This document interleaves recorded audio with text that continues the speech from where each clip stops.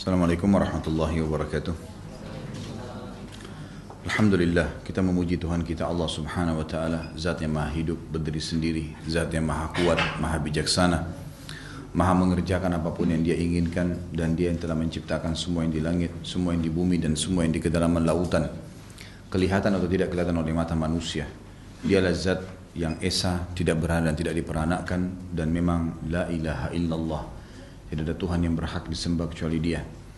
Dia yang telah menggantungkan segala nikmat yang Dia berikan kepada kita dengan kalimat Alhamdulillah. Maka sangat wajar kalau kita sering mengucapkan kalimat yang mulia ini. Juga yang kedua, kita panjatkan salawat dan taslim sebagai salam hormat kita kepada Nabi Muhammad SAW, satu-satunya guru, kiai, suri tauladan, manusia yang terbaik, pemimpin para rasul dan juga anak Adam pada hari kiamat, sebagaimana Allah dan malaikatnya telah memberikan salam kepada beliau. Maka sangat wajar kita sebagai pengikut yang setia selalu mengatakan salawat dan taslim kepada Nabi SAW. Melanjutkan bahasan kitab kita Mahkota Pengantin, dan semoga Allah berkahi waktunya. Sekarang lanjutan di halaman 17, mencintai istri menopang ketaatan pada Allah Subhanahu wa taala. Tentu berbicara masalah cinta, cinta ini pasti akan muncul setelah ada interaksi, dan tidak ada cinta tanpa interaksi. Interaksi ini dalam arti kata bisa secara langsung dengan orangnya, atau mungkin interaksi dari perbuatan-perbuatan, perkataan-perkataan yang diucapkan sehingga kita bisa mencintai orang tersebut. Interaksi bisa saya katakan tadi terjadi dengan bertemu langsung atau tidak. Seperti misalnya kita mencintai Nabi Muhammad SAW. Kita mencintai beliau tidak harus melihatnya secara fisik, tapi interaksi kita dengan perkataan, perbuatan, ya, dengan tuntunan beliau, maka kita mengerjakan apa yang beliau suka dan perintahkan, dan meninggalkan apa yang beliau larang, sallallahu alaihi wasallam. Maka begitu pula dengan masalah cinta ini, dia bisa muncul dengan dua faktor. Yang pertama karena ya interaksi secara fisik, secara langsung, lihat, ketemu, ngobrol. Dan yang kedua adalah dari perkataan dan perbuatan yang menjadi panutan sehingga membuat kita mencintainya. Tentu yang sedang kita bahas kalau dalam masalah rumah tangga adalah mencintai yang pertama. Bagaimana memunculkan cinta kepada pasangan hidup kita dengan interaksi. Jadi memang di awal pernikahan, karena dalam Islam ada konsep ta'aruf. Kita tidak boleh pacaran, jalan berduaan, khalwat, ya, mengumbar syahwat kita dengan pegangan, ciuman dan seterusnya. Ini haram dalam agama. Yang boleh hanya setelah menikah. Dan sudah panjang lebar kita jelaskan pada pertemuan yang lalu tentang masalah efek orang berzina dan efek orang yang menikah. Dua istilah dalam agama kita, yang satu dilarang, yang satu diperintahkan. Bagaimana orang kalau berzina, keduanya pasti dimulai dengan ketakutan, kekhawatiran, diakhiri dengan penyesalan. Dan pada saat si perempuan hamil, keduanya malu, keluarganya malu, namanya rusak di masyarakat. Anak yang lahir tidak jelas statusnya, anak haram, nggak ada penisbatan nama, tidak ada warisan, dan tidak boleh jadi wali kalau anaknya perempuan. Kalau menikah dimulai dengan kegembiraan, ketenangan jiwa, kemudian akan diakhiri dengan ya, kenikmatan. Dalam ilmu medis pun diketahui kalau biologis dilakukan dengan cara tenang, jiwanya nyaman, tentram, maka akan maksimal, kualitas spermanya akan bagus, sel telurnya juga akan bagus, dibandingkan dengan orang yang penuh dengan stres, ketakutan, nanti ketahuan dan seterusnya. Ini beda. Maka ini juga berpengaruh pada kualitas anak nantinya, kualitas anak, gitu kan. Jadi orang nikah dengan ketenangan, ketentraman, gitu kan? Sementara juga kalau istrinya hamil, dia nggak malu, malah sebaliknya namanya harum, keluarganya juga senang, namanya harum di masyarakat, anak yang lahir jelas statusnya. Jadi di sini kita sudah bedakan antara masalah haram dan halal. Kita mencintai Bapak Ibu sekalian dalam Islam setelah interaksi yang halal. Ini penting digarisbawahi. Tidak ada kata cinta sebelum interaksi yang halal. Karena banyak orang mengatakan saya sebelum menikah dengan dia, kayak konsep kita di Indonesia, saya mesti cinta dulu, makanya harus jalan dulu sama-sama, harus ciuman dulu, harus pegangan dulu, harus ungkapin kata-kata sayang dulu baru menikah. Ini pemahaman yang salah. Interaksi sebelum akad nikah haram. Interaksi setelah akad nikah memunculkan cinta setelah nikah malah sunnah dan berpahala. Makanya subjudul kita adalah mencintai istri menopang ketaatan kepada Allah Subhanahu wa taala. Tentu makna ini adalah sebaliknya, mencintai juga suami adalah menopang ketaatan kepada Allah Subhanahu wa taala, ya. Di sini mencintai pasangan Bapak Ibu sekalian hukumnya wajib, bukan pilihan. Kita kalau sudah akad nikah, cintain. Bagaimana caranya? Interaksi. Interaksi itu dengan cara melihat secara fisik, ngobrol, pengabdian, pengorbanan yang kita berikan. Maka akan muncul rasa cinta nantinya, gitu kan? Beda cinta dengan sayang. Kalau sayang bisa umum. Sayang itu misal bisa saja kita lampiaskan sayang pada makanan. Makanan misalnya ada, masih bagus terus dibuang. Sayang ya dibuang, muncul rasa prihatin dan kasihan. Itu namanya sayang. Tetapi kalau cinta berbeda, itu akan diikuti dengan pengorbanan yang besar. Pengorbanan yang besar.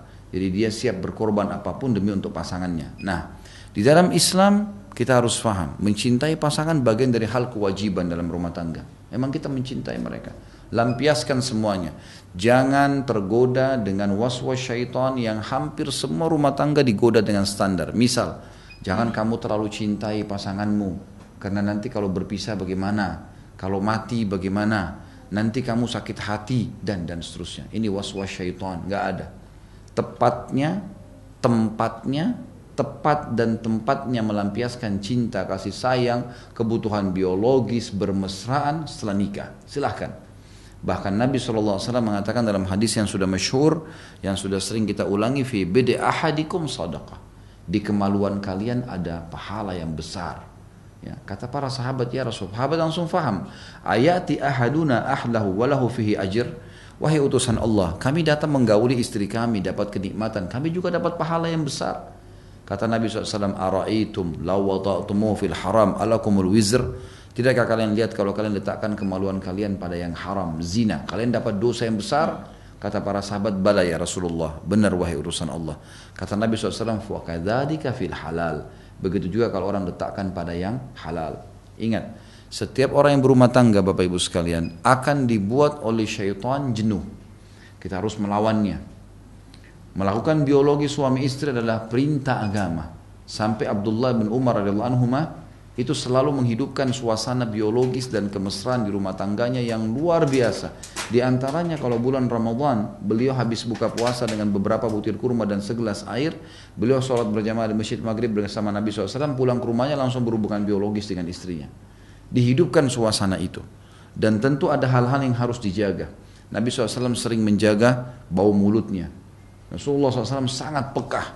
Tidak pernah membiarkan ada bau sedikit pun dari mulutnya, beliau selalu bersiwak.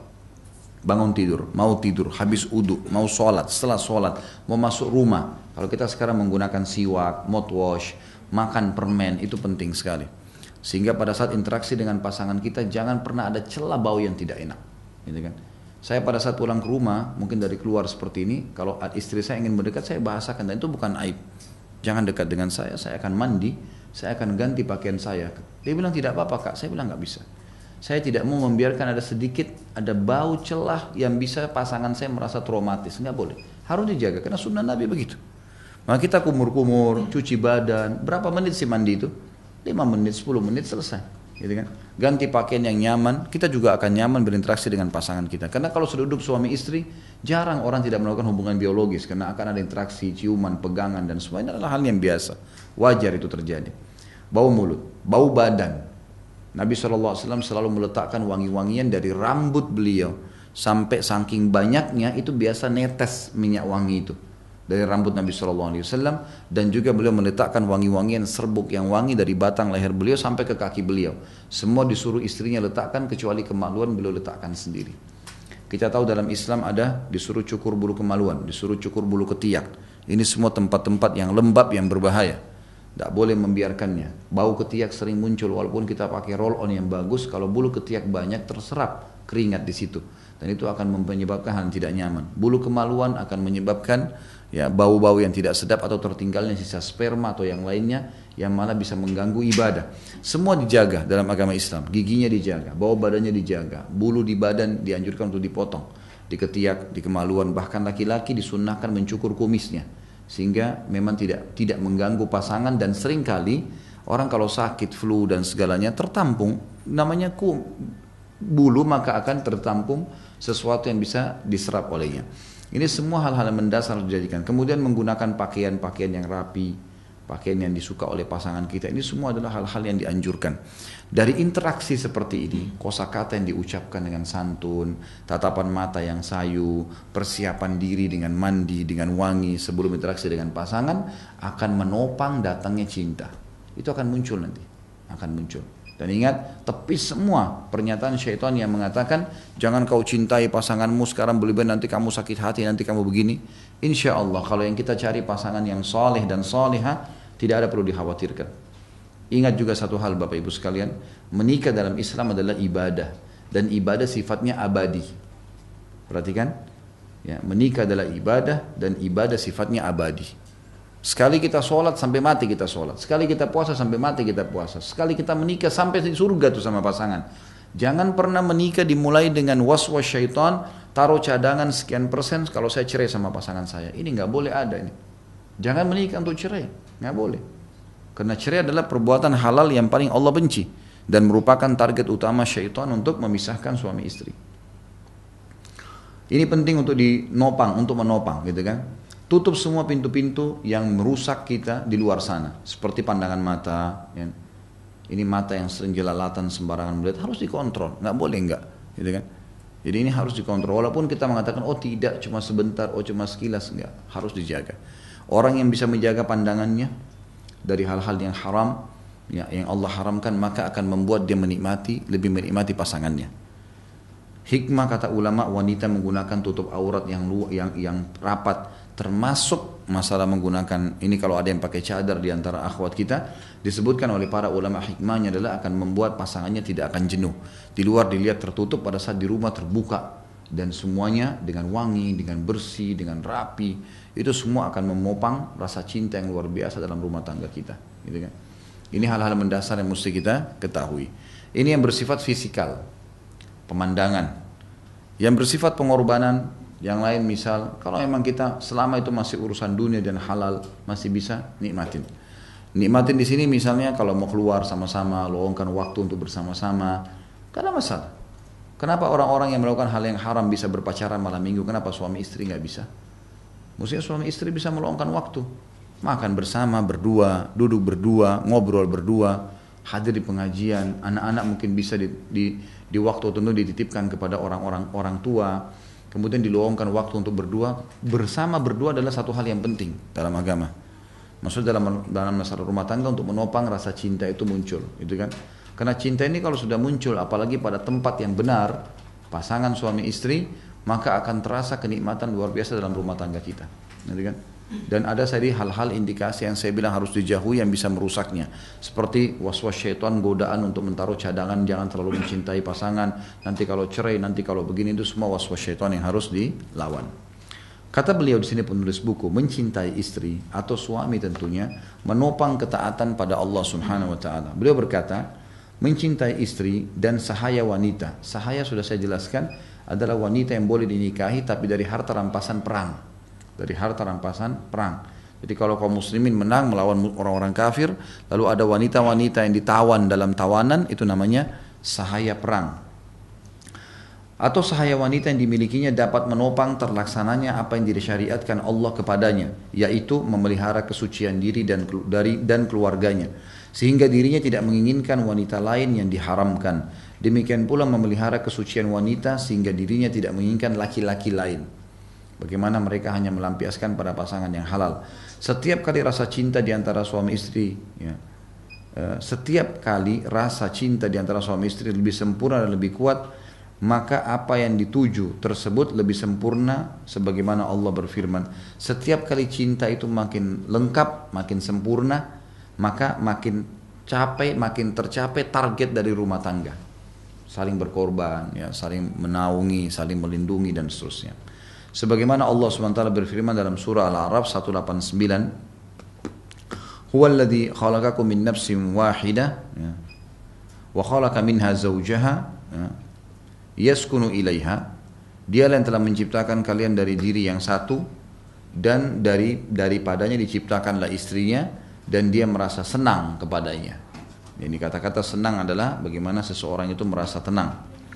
Dan juga surah Ar-Rum ayat 21, wa min ayatihi an khalaqa lakum min anfusikum azwajan litaskunu ilaiha wa ja'ala bainakum mawaddatan wa rahmah inna fi dzalika laayatin liqaumin yatafakkarun.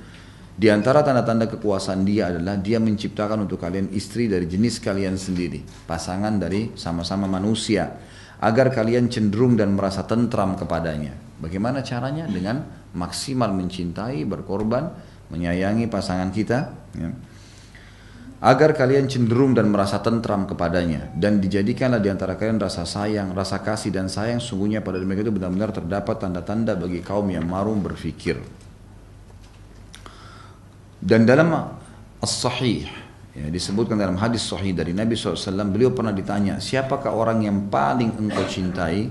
Beliau menjawab, Aisyah radhiyallahu anha, istrinya, ya, yang terkenal. Karena itu Masruq, salah satu ulama tabi'in, mengatakan, jika menuturkan dari Aisyah radhiyallahu anha, telah menuturkan kepadaku As-Siddiqah binti As-Siddiq, kecintaan Rasulullah SAW dibebaskan dari tuduhan dari atas 7 langit.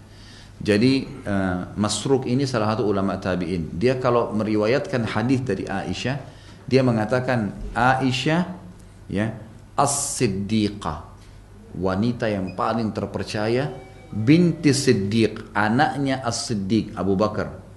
Lalu dia tambahkan dalam periwayatan hadis kecintaan Rasulullah SAW, karena Rasulullah mencintai Aisyah radhiyallahu anha, yang dibebaskan dari tuduhan, karena pernah Aisyah radhiyallahu anha dituduh berzina oleh Abdullah bin Abi Salul, salah satu pimpinan munafikin. Kemudian Allah bebaskan dari tuduhan tersebut dari atas 7 langit, ya, atau dari atas langit ke-7. Di sini berarti pelajaran kita ambil bahwasanya Nabi SAW disebutkan mencintai istri beliau, mencintai istri beliau.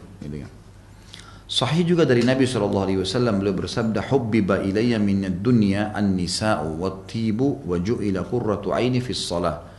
Dijadikan untukku dari dunia ini kecintaan dengan kepada wanita dan yang baik-baik, ya. Sebenarnya at-tib itu bukan makna baik-baik. Kalau yang pegang bukunya di halaman 18, hadis yang saya bacakan ini terjemahan at-tib bukan yang baik-baik, tetapi minyak wangi, wangi-wangian. Nabi SAW paling gemar dengan wangi-wangian, ya. Beliau mengatakan boleh seseorang mencintai wanita istrinya, kemudian wangi-wangian yang dia gunakan, serta Allah menjadikan hiburanku pada sholat. Hadis ini juga sudah disebutkan sebelumnya, dikeluarkan oleh para ulama hadis. Beliau mengatakan bukan suatu yang tercela bila seorang laki-laki mencintai istrinya, kecuali bila hal itu melalaikannya dari mencintai apa yang lebih bermanfaat baginya, yaitu mencintai Allah dan Rasulnya.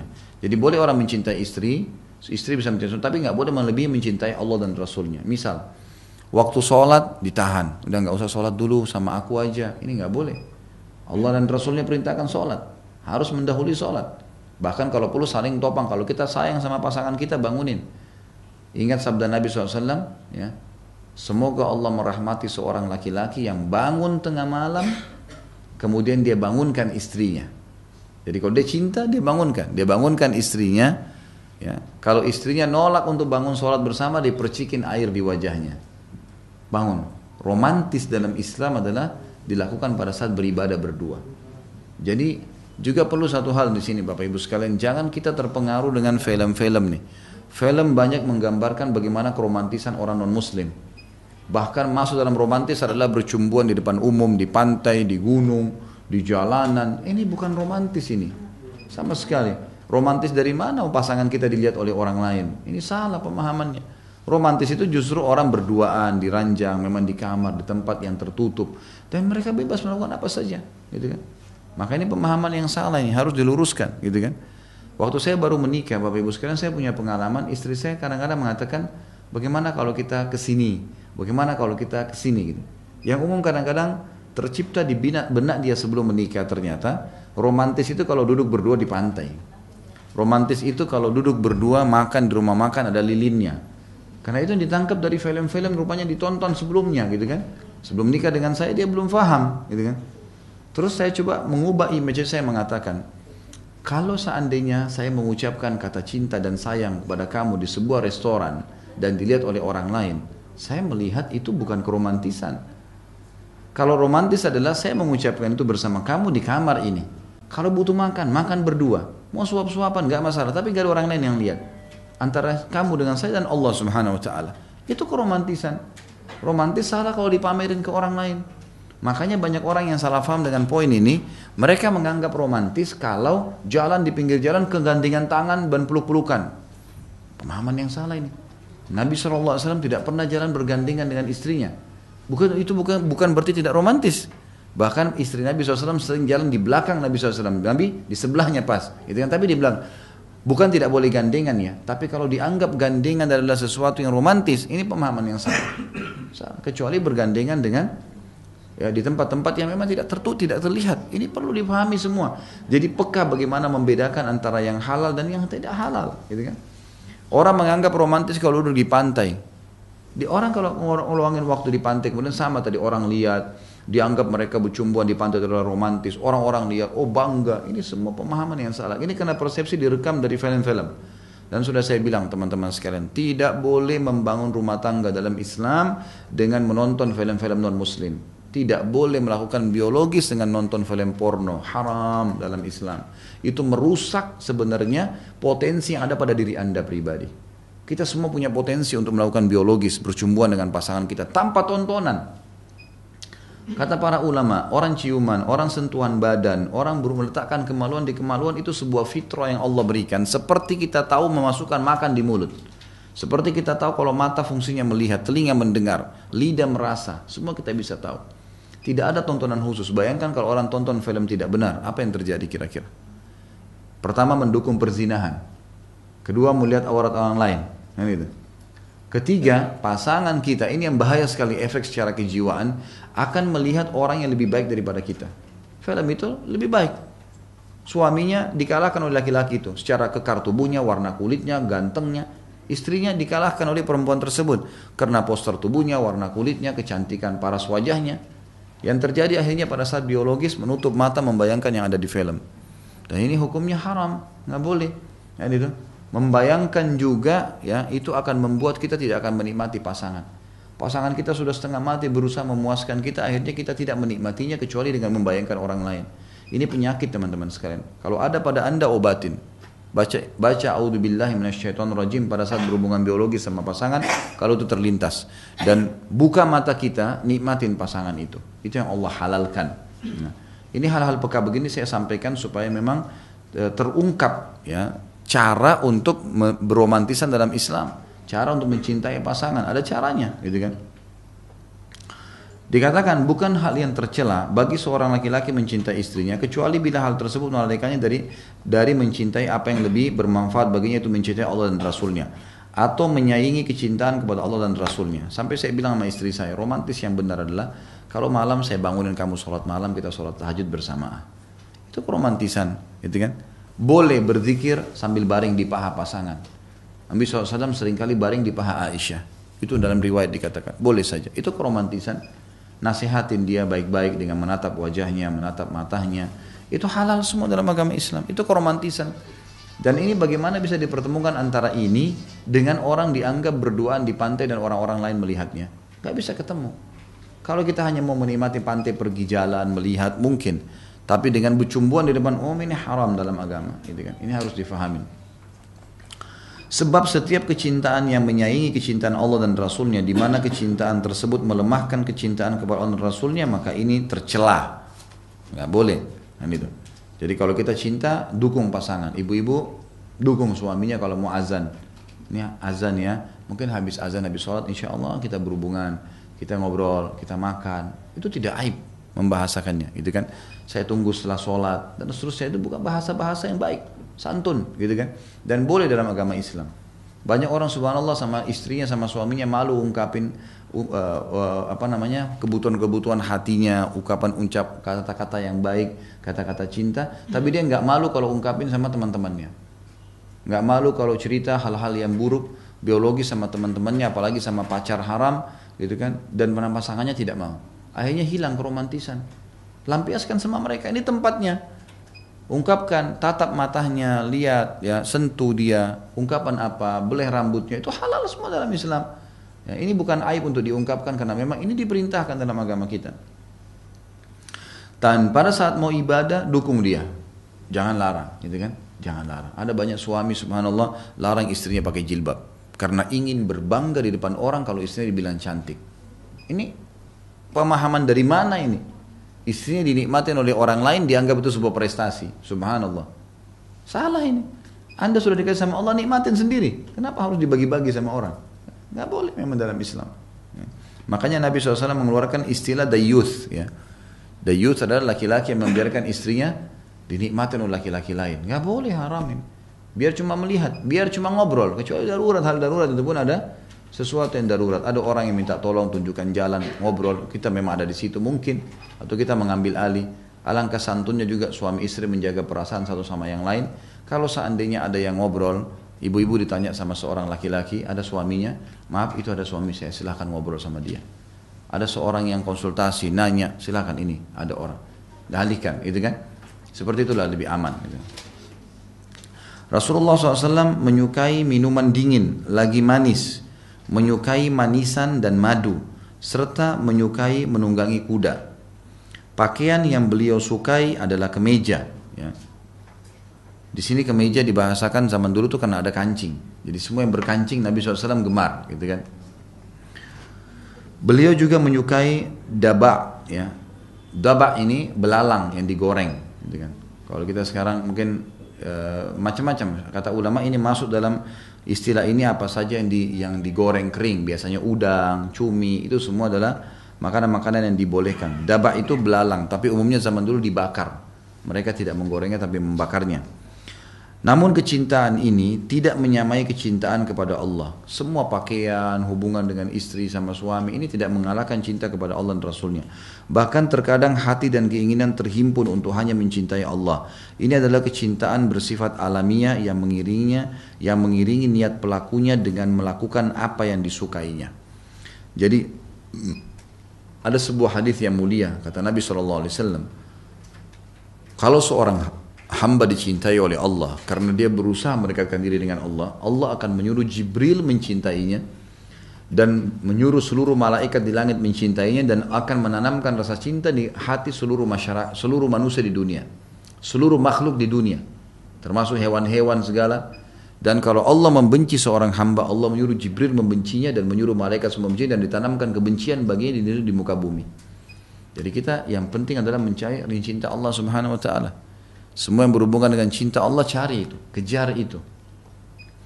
Jangan berhubungan dengan masalah urusan dunia.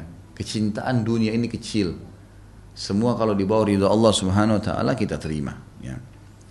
Jika ia meniatkannya agar kuat melaksanakan perintah Allah dan melakukan ketaatan padanya, maka ini adalah qurbah atau ibadah. Jika ia melakukan hal itu secara naluriah dan sekedar kecenderungan saja, maka ia tidak mendapatkan pahala dan tidak pula mendapatkan siksa, kendati pun ia luput mendapatkan derajat yang didapatkan oleh orang yang melakukannya untuk mendekatkan diri kepada Allah Subhanahu Wa Taala. Jadi beda sekali ya, orang mencintai istri karena perintah Allah, orang mencintai suami karena perintah Allah, karena Allah menyuruh saya mencintai orang ini, pahala, ibadah, dengan orang hanya karena umum saja, karena masalah fisik, masalah ini, masalah itu. Dan nanti akan berbeda dari sisi hasil. Orang yang mencintai karena Allah, satu waktu pasangannya cacat, satu waktu pasangannya bangkrut, satu waktu pasangannya sakit, satu waktu berubah karena faktor umur. Tidak akan berubah, dia nggak akan berubah, tetap aja sama. Udah, karena dia cintanya karena Allah Subhanahu Wa Taala, tahu kalau ini pasangannya, Allah sudah kasih, gitu kan? Dia akan mencintai dan berkorban untuk apapun. Dan setiap pasangannya melakukan hal yang diperintahkan oleh Allah, dia akan mendukungnya. Karena cinta Allah di atas segalanya. Dia akan meninggalkan pasangannya pada saat pasangannya justru melanggar hukum Allah. Cinta yang lain tidak bisa. Pasangannya selingkuh misalnya, berbuat dosa, maksiat, mabuk, kedukun, macam-macam. Dinasihatin tidak mau dengar. Baik. Pada saat dia mencintainya secara duniawi, sulit dia meninggalkannya. Ada orang sampai sakit hati, ada yang bunuh diri, ditinggalkan oleh pacarnya atau pasangannya. Ini karena cintanya bukan karena Allah. Orang kalau cinta karena Allah, dia bisa mengontrol. Dia akan terus melampiaskan segala macam yang dia boleh halal bagi pasangannya selama itu benar. Dan dia akan bisa meninggalkan pasangannya kalau melanggar hukum Allah SWT. Tidak ada berat bagi dia. Tidak ada masalahnya. Para sahabat Ridwanullahi alaihim pada saat mereka hijrah dari Mekah ke Madinah, mereka mencintai istri anaknya, tapi ada yang tidak mau ikut. Abdurrahman bin Auf istri anaknya nggak mau ikut, dia tinggalin sama dia. Dia bukan berarti karena istri anaknya tidak mau ikut, sudah hidup sama-sama istri dan anaknya. Tiap hari sama-sama Abdurrahman mencintai mereka. Tapi ditinggalkan karena harus hijrah ke Madinah. Gak bisa. Berangkat dengan baju di badan, semua hartanya diambil. Perhatikan bagaimana mereka bisa ya meninggalkan semua itu karena unsur cintanya kepada Allah Subhanahu wa taala. Jadi harus difahamin bagaimana kita melakukan asas kita adalah mencintai Allah Subhanahu wa taala. Kalau kita cintai pasangan karena Allah ada pahalanya, kalau kita cintai dia hanya karena masalah duniawi maka tidak ada pahalanya. Baik, kita sekarang masuk ke subbab lain adalah istri-istri Nabi SAW. Alangkah baiknya kalau seseorang Muslim mengetahui siapa saja pasangan hidup Nabi SAW. Ya. Di sini disebutkan istri-istri Nabi. Ada baiknya di sini kita menyebutkan istri-istri Nabi SAW. Yang pertama adalah istri pertama beliau Khadijah binti Khuwailid al-Qurashi. Ya. Al-Qurashi. Di sini ditulis Al-Qurashiyah, maksudnya Al-Qurashiyah ya. Al-Asadiyah radhiyallahu anha. Beliau menikahinya sebelum menjadi nabi pada saat umur 25 tahun dan pada saat itu Khadijah berumur 40 tahun. Beliau tidak menikah dengan selain Khadijah hingga meninggalnya Khadijah. Semua anak Nabi SAW berasal darinya kecuali Ibrahim. Khadijah lah yang telah membela kenabiannya, berjuang bersamanya dan mengorbankan diri dan hartanya. Allah bersama Jibril mengirimkan salam kepadanya. Ini adalah keistimewaan yang tidak pernah diperoleh wanita selainnya. Ia meninggal 3 tahun sebelum hijrah. Di sini ada beberapa poin. Khadijah adalah istri pertama Nabi SAW dan dia janda yang dinikahi oleh Nabi SAW. Dan ini berarti tidak aib menikah dengan janda. Gak ada aibnya dalam Islam. Kalau emang wanita itu baik, gak ada masalah. Gak ada urusannya sama sekali. Perintah agama kalau disuruh pilih antara janda dan gadis mendahulukan gadis. Perintah agama. Nabi SAW berkata kepada Abdurrahman ibn Auf radhiyallahu anhu, waktu Abdurrahman punya opsi antara janda sama gadis, terus dia pilih janda. Lalu kata Nabi SAW, dua-duanya baik, gitu kan? Dia pilih janda. Maka kata Nabi SAW, kenapa kau tidak menikah dengan gadis? Maka dia akan bisa memulai hidup baru denganmu, karena tidak punya pengalaman sebelumnya. Tapi kalau ada janda yang kita ingin nikahi dan ternyata memang dia orangnya baik, tidak ada opsi, artinya tidak ada gadis yang timpal imannya dengan dia, maka bukan aib. Nabi SAW menikahi Khadijah dan Khadijah jauh lebih tua dari beliau. Di sini bedanya jauh sekali, 15 tahun, 25 tahun Nabi SAW dan Khadijah 40 tahun. Itu pelajaran pertama dari Khadijah. Yang kedua, beliau Nabi SAW pada saat itu menikah belum ada perintah agama, Dan di awal-awal Islam belum ada perintah poligami dalam Islam awalnya. Maka Nabi SAW tidak menikah kecuali dengan Khadijah karena belum ada perintah poligami. Makanya kita lihat nanti akan datang perintah poligami setelah Khadijah meninggal, maka Nabi SAW lalu melakukan perintah tersebut. Berarti sesuai dengan syariat Allah Subhanahu Wa Taala. Ini banyak muslimah yang salah faham. Nabi SAW menikah sama Khadijah buktinya tidak poligami sampai Khadijah mati. Itu di awal Islam. Ini di awal Islam. Dan kalau anda mengaku beriman pada Allah, dan saya bilang tadi asas pertama cinta kepada Allah berbeda nih. Wanita yang cinta kepada Allah tahu hukum Allah Subhanahu Wa Taala, gitu kan? Kalaupun kita belum bisa melakukan, maka itu kita pribadi yang harus lebih belajar. Dan jangan pernah salahkan orang yang sudah melakukannya. Orang yang sudah rajin sholat malam, kita belum sholat malam, jangan kita mengatakan kok bisa dia sholat malam, ya nggak usah sholat malam lebih enak tidur. Loh, orang sudah melakukan kesempurnaan agamanya. Harus kita malah memberikan acungkan jempol buat dia. Ini enggak, orang poligami malah diaib-aibkan. Ini enggak boleh, diolok-olok, hukum Allah. Kita bisa biar mendatangkan 1 juta argumentasi, tetap ini perintah Allah, enggak bisa dibantah. Hukum Allah Subhanahu Wa Taala. Tinggal bagaimana orang melakukannya dengan adab dan ilmu, tidak sembarangan, gitu kan? Nanti akan ada bahasan di buku kita khusus masalah poligami, akan kita bahas panjang lebar tentang masalah itu, bagaimana adab-adabnya, apa kira-kira tujuan-tujuan syariatnya. Kita pelajari baru kita renungin, gitu kan? Tapi jangan mulai dengan penolakan hanya karena kita belum punya ilmunya, nggak boleh. Kita tolak haji dan umrah, sudah deh saya nggak mau pergi karena rame di sana. Dia nggak, terus kemudian salahin orang-orang yang pergi, gimana cara? Orang jutaan yang pergi ke sana kok, nggak ada masalah mereka, gitu kan? Nggak ada masalah. Maka harus difahamin masalah ini. Ini juga pelajaran kedua dari poin yang penting, kadang-kadang kecil tapi butuh penjelasan. Nabi SAW tidak menikah dengan selain Khadijah hingga meninggal karena di awal Islam belum ada perintah poligami. Yang ketiga, semua anak Nabi SAW darinya. Nabi punya anak berapa?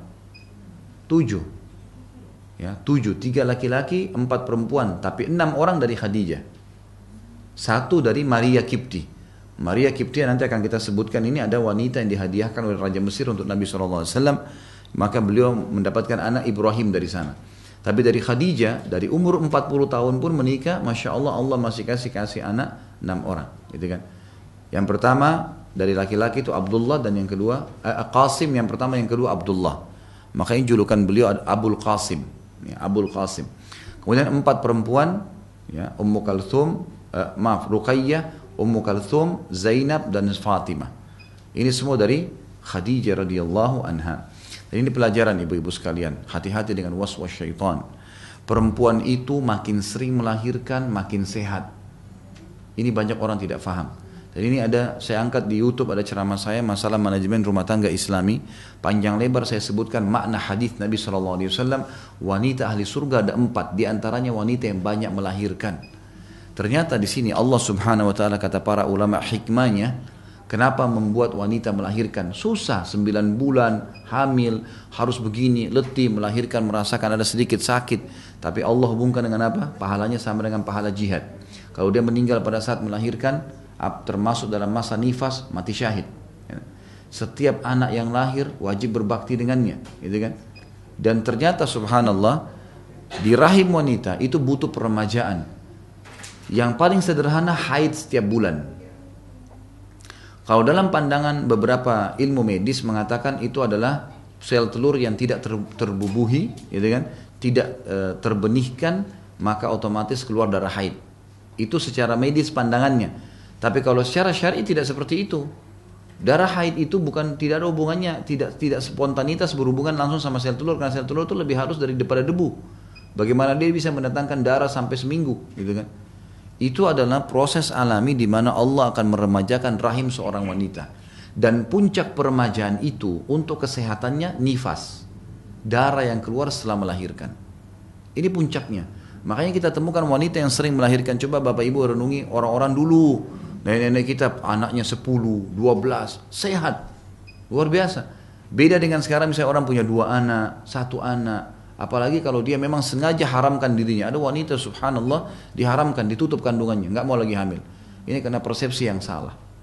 Ini salah teman-teman sekalian. Kalau ajal datang akan datang. Mau lahirkan atau tidak. Gitu kan. Tidak ada hubungannya. Bahkan ada banyak wanita yang saya ketahui beritanya, bahkan sudah divonis oleh dokter berbahaya kalau hamil, dia hamil sehat melahirkan, nggak ada masalah bagi dia. Hukum Allah lain kalau sudah berlaku dengan manusia, gitu kan? Ini bukan berarti kita melanggar kalau sudah tidak boleh oleh dokter. Sebaiknya kita ambil cadangan memang. Tetapi kalau sampai terjadi, karena ulama mengatakan haram menggugurkan kandungan kalau sudah ada ruhnya 4 bulan, udah nggak boleh. Di bawah itu masih dipertimbangkan kalau seandainya memang ada hal yang berbahaya bagi si ibu. Kalau enggak boleh, dibiarin. Dan banyak orang akhirnya melahirkan dengan normal. Ini penting untuk diketahui.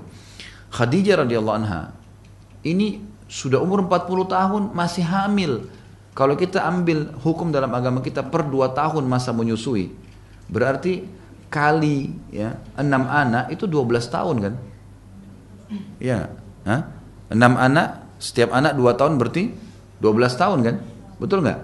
Baik, 12 tahun. Berarti Khadijah itu sampai umurnya 52 tahun itu masih ada anak, gitu kan? Dan subhanallah, ibu-ibu ada mertua, saya lihat sendiri mertua kakak saya di Surabaya, umurnya meninggal itu sekitar umur 90 tahun sekian.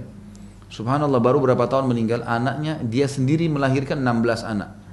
16 anak ini laki-laki dan perempuan, dan subhanallah sampai dia mau meninggal, anak-anaknya sampai sudah tua, anaknya ada yang punya cucu, dia sudah punya cicit. Itu setiap hari gonta-ganti datang ke rumahnya, bawain makanan, perhatikan dia, tidak pernah kesunyian. Dari anak-anaknya yang belasan orang ini bolak-balik datang. Waktu di rumah sakit perhatiannya besar, luar biasa. Dan berapa banyak pahala dari 16 anak yang mendoakan dia. Kenapa harus terpengaruh dengan waswas syaitan, godaan orang-orang non-muslim? Nanti kalau banyak anak pusing, itu nanti kalau banyak anak seperti program KB, banyak anak, nanti akhirnya jadi banyak pengangguran. Belum lahir anak sudah dianggap jadi pengangguran. Gimana caranya pemikirannya itu? Nanti akan macet. Cina itu sampai hampir berapa miliar masyarakatnya, nggak ada masalah. Malah makin banyak SDM, makin banyak potensi. Kenapa kita harus berpikir negatifnya? Bisa berpikir positifnya kan? Dan ulama bukan mengharamkan program KB ya, tapi kalau orang mengatakan 2 anak cukup ikutin itu haram. Tapi kalau dia membatasi keturunan 2 tahun sekali, 3 tahun sekali, itu boleh dalam Islam selama bahan-bahannya halal. Tapi ini harus difahamin. Kita dalam syariat Islam ada hukum sendiri. Nggak boleh kita salah dalam melangkah hal-hal yang seperti ini ya. Ini pelajaran lain diambil dari Khadijah. Melahirkan ibu-ibu sekalian adalah kesehatan. Itu permajaan rahim. Dan subhanallah mertua ya, kakak saya ini sampai umur 90 tahun pandangan matanya masih terang. Jalan Masya Allah masih kuat. Sampai kakak saya cerita umurnya 60 tahun masih haid. Gitu kan. Dia menopausnya malah terlambat. Gitu kan. Karena suburnya. Subhanallah. Setiap kali hamil ceritanya selalu gembira. Setiap kali hamil tidak pernah bersedih. Alhamdulillah Allah kasih lagi anak. Dan Allah lahirkan anak-anak dari dia semuanya patuh. Subhanallah, nggak ada anaknya yang membangkang sama dia. Dan semua anaknya menjadi manusia yang baik. Jadi pengusaha-pengusaha, sarjana, baik, Masya Allah, baik semuanya gitu. Jadi ini cuma termasuk dari belajar dari Khadijah radhiyallahu anha. Kemudian berjuang ya, membela Nabi SAW dan berjuang bersamanya. Ini diambil juga dari hadis tentang cemburunya Aisyah. Nanti akan kita jelaskan masalah bagaimana kecemburuan dalam Islam ini. Bapak Ibu sekalian, dalam rumah tangga hanya boleh kalau terjadi pelanggaran agama saja. Tidak boleh cemburu pada hal yang bukan pelanggaran agama. Ini perlu. Ada ibu-ibu cemburu sama anaknya, bapak-bapak cemburu sama anaknya. Begitu pulang rumah istrinya lagi sibuk sama anaknya. Kamu ini kalau anak diurus, kalau saya tidak diurus. Loh ini anakmu. Gimana caranya cemburu dengan anak? Nggak nyambung pakai akal sehat, gimana caranya? Nanti kalau anak sudah tidur silahkan waktu buat anda, karena itu anak menjadi aset amal jariyah buat kita. Ada ibu-ibu juga begitu pulang anak-anaknya lagi main sama suaminya. Oh kalau anak-anak diperhatikan, kalau saya enggak. Loh ini anak, gimana sih? Ini bukan cemburu pada tempatnya nih. Ada orang cemburu pada orang tuanya, mertuanya. Ini bukan tempat cemburu. Ibu-ibu harus tahu suaminya wajib bakti sama orang tuanya, nggak bisa dihapus tuh status orang tua. Ibu-ibu juga, suami harus tahu ibu-ibu ini punya orang tua. Walaupun dia nomor satu orang tuanya ada, masa diputus? Silaturahim haram ini, nggak boleh. Dia juga punya orang tua, nggak bisa kita hapus statusnya. Kita kalau nikah sama seseorang Bapak Ibu sekalian, kita juga menikah dengan keluarganya, tanda kutip ya. Dia punya kakak, dia punya adik, dia punya paman, dia punya orang tua. Terus kita mau hapus pada saat kita meninggal, mau di-cut? Nggak mungkin. Gimana caranya? Ngertilah. Ada keluarganya datang, senyum. Ini mertuanya datang cemberut. Mertuanya begitu telepon mau datang, buat jadwal keluar kota. Kenapa akhi dan ukhti? Kenapa? Sambut mereka, rahim. Rahim, gitu kan? Ada waktu lowong kita baru keluar sama-sama. Ini enggak. Saya pernah temukan ada orang suami sampai menceraikan istrinya, gara-gara setiap kali ada keluarga suaminya datang pasti ditolak sama dia. Padahal tidak buat apa-apa nih. Cuma mampir ke Jakarta lagi liburan, mau mampir di rumah. Kata Nabi SAW, siapa yang beriman pada Allah di akhir, siapa yang beriman pada Allah dan hari akhir, dia harus menghormati tamunya. Tamu kerabat itu. Dalam riwayatnya dikatakan, kata Nabi SAW, tamu itu kalau datang membawa rahmat, rezeki, dan kalau pergi membawa dosa, menghapuskan dosa pemilik rumahnya. Kenapa kita nggak suka dengan tamu? Istri saya subhanallah datang keluarganya semua di rumah, nggak enak sama saya nggak enak. Saya nggak ada keberatan, silahkan datang, terbuka rumah. Nggak ada masalah buat saya, malah berkah rumah itu. Kenapa? Kita mau eksklusif. Gitu kan? Dan tidak mungkin kita mengkat keluarga kita dari kerabatnya. Jadi saya ingin sampaikan di sini masalah kecemburuan Bapak Ibu sekalian harus pada pelanggaran agama saja. Selain pelanggaran agama tidak boleh cemburu, tidak boleh. Buang jauh-jauh tuh. Pasangan kita buat haram tegur dia, cemburu di situ. Tapi pasangan kita buat perintah agama, suami bakti sama ibunya, kenapa mau cemburu? Gitu kan? Istri memperhatikan saudaranya, ya, saudarinya diberikan bantuan, kenapa harus cemburu? Nggak, saling adil, berbagi, diskusikan, bicara baik-baik. Ini harus difahamin. Jadi Khadijah radhiyallahu anha pernah ada sebuah hadis, Aisyah radhiyallahu anha cemburu dengan Khadijah ini. Dan ini kecemburuan perlu nanti saya jelaskan, ada beberapa riwayat hadis Nabi SAW yang menceritakan tentang cemburunya Aisyah, tapi perlu digarisbawahi. Cemburu Aisyah radhiyallahu anha yang salah Nabi tegur dan tidak boleh jadi hukum. Yang jadi hukum apa? Teguran Nabi SAW. Ini penting. Teguran Nabi SAW. Di antaranya hadis yang sahih, pernah Nabi SAW lagi duduk bersama Aisyah di siang hari, kemudian terdengarlah salam, ada orang memberikan salam wanita, 2 orang. Waktu Nabi SAW dengar suara tersebut, tiba-tiba Nabi loncat dengan semangat membuka pintu. Kayaknya suara ini gak asing. Lalu Nabi SAW buka, ya, ternyata ada 2 wanita masuk, lalu kata Nabi SAW kepada Aisyah, Aisyah, hormatin tamu kita, layanin. Aisyah pun melayanin 2 tamu tersebut. Tapi adab dalam Islam, kita tidak perlu terlalu banyak bertanya pada tamu kenapa tujuannya datang, kenapa kesini, ini nggak ada. Kalau mereka ceritakan, ceritakan. Kalau enggak ya sudahlah. Berarti dia cuma mau datang, kenalan, cukup. Dalam Islam adabnya begitu, gitu kan? Ada makanan apa, hidangkan. Ya. Nggak usah kita mengatakan mau makan apa. Ada makanan apa, keluarin, gitu kan? Keluarin udah. Itu namanya ikram, penghormatan. Yang ada di kulkas, yang ada di sini keluarkan. Nih silakan dipilih kalau mau makan apa. Itu adabnya begitu memang dalam Islam.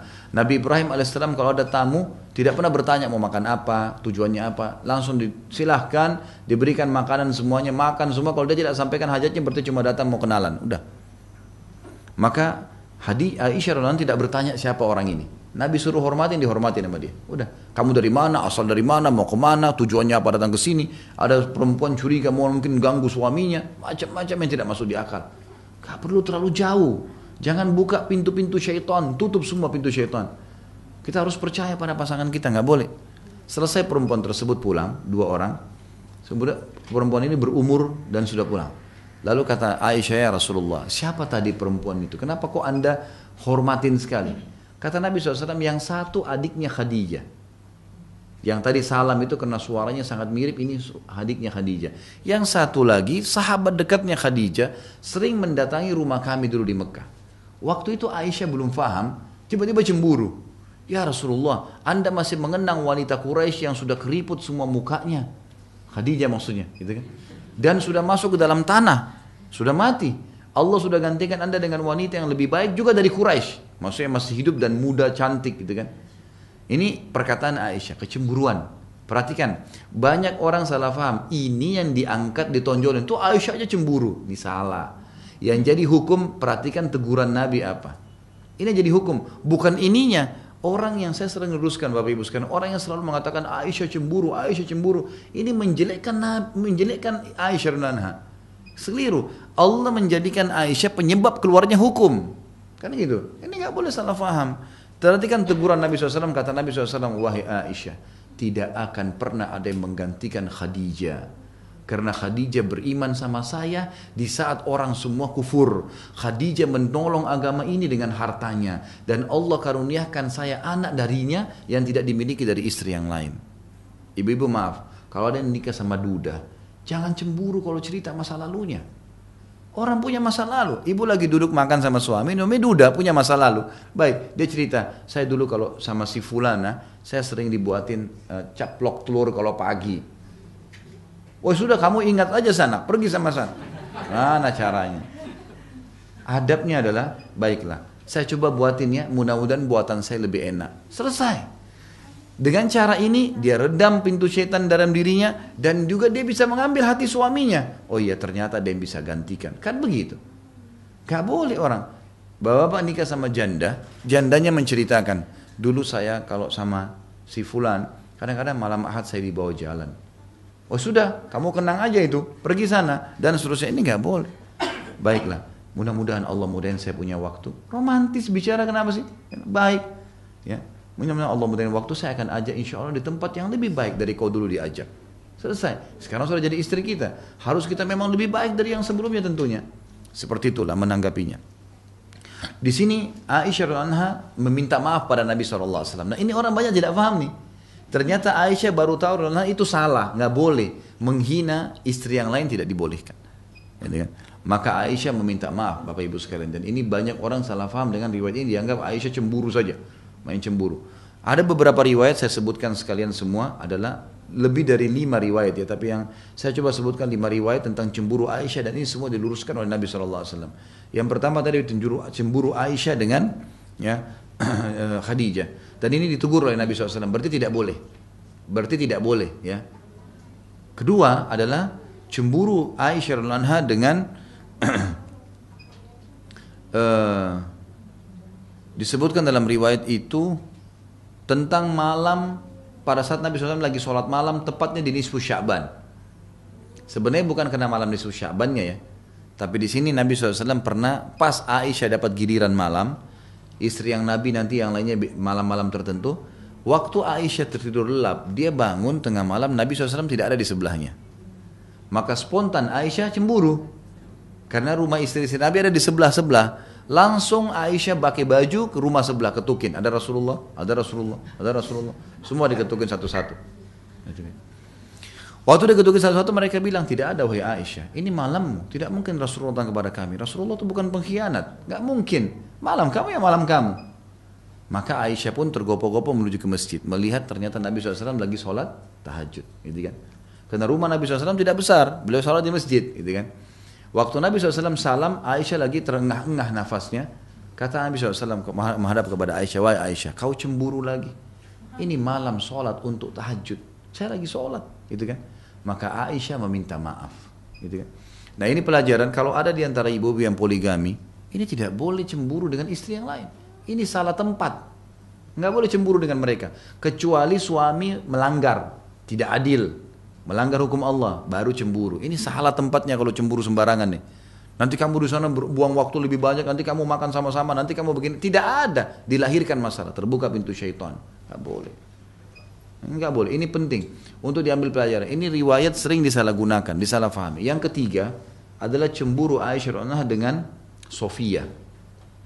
Sofia istri Nabi SAW, nanti akan ada juga namanya di sini, dari turunan Yahudi, gitu kan? Yang memiliki kecantikan mirip dengan Aisyah.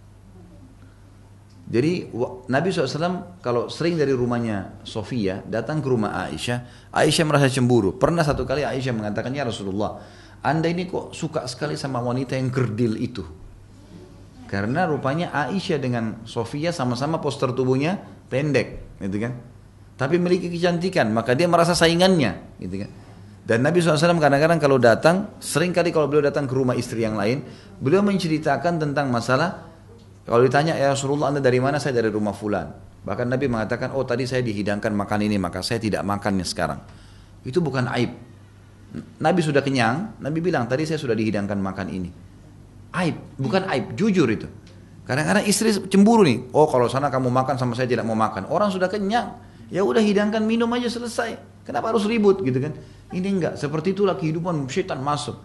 Maka Aisyah pernah berkata, ya Rasulullah, cukup Anda dari wanita kerdil itu. Gitu kan? Apa yang terjadi?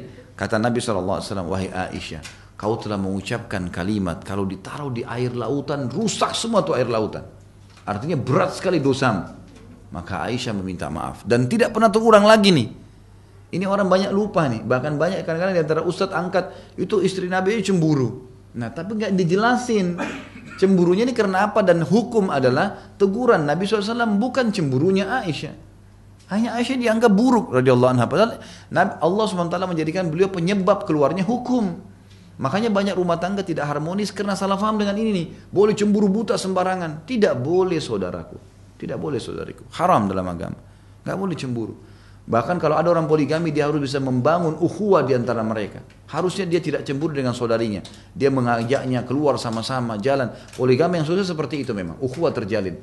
Suaminya pergi kerja, dia sama-sama. Suami pergi jihad, mereka sama-sama. Saling bantu-membantu, kunjungin, saling masak. Gitu kan? Dan seterusnya, saling berbagi kepada saudarinya. Karena perintah agama itu. Cintanya untuk Allah melampaui kecintaan dunianya. Riwayat yang keempat adalah cemburu Aisyah radhiyallahu anha dengan Ummu Salamah. Ummu Salamah radhiyallahu anha pernah waktu Aisyah lagi duduk bersama Nabi SAW di siang hari, lalu dihidangkanlah senampan kurma. Tujuannya Ummu Salamah, karena Ummu Salamah ini sudah berumur lebih tua dari Nabi SAW. Maka Nabi SAW lagi duduk sama Aisyah, Ummu Salamah niatnya baik, ini hadiahin kurma supaya dimakan sama Abi dan Aisyah, gitu kan? Waktu Aisyah melihat pembantu Ummu Salamah bawa, cemburu, ditepis piring itu, jatuh, tumpah semua kurmanya. Lalu kata Nabi SAW, pungutlah kepada pembantunya Ummu Salamah, ibumu sedang cemburu, gitu kan? Ibumu sedang cemburu. Lalu Aisyah malu dan minta maaf dengan Nabi SAW.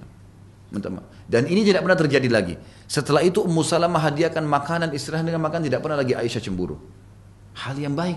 Orang niat baik kasih makanan, kok kita nilai negatif, nggak boleh nih. Bahkan kadang-kadang sultan syaitan datang, diberikan hadiah oleh istri lain, kenapa nih dikirimkan nih? Ada sihirnya barangkali, ada begini, ada begitu, macam-macam.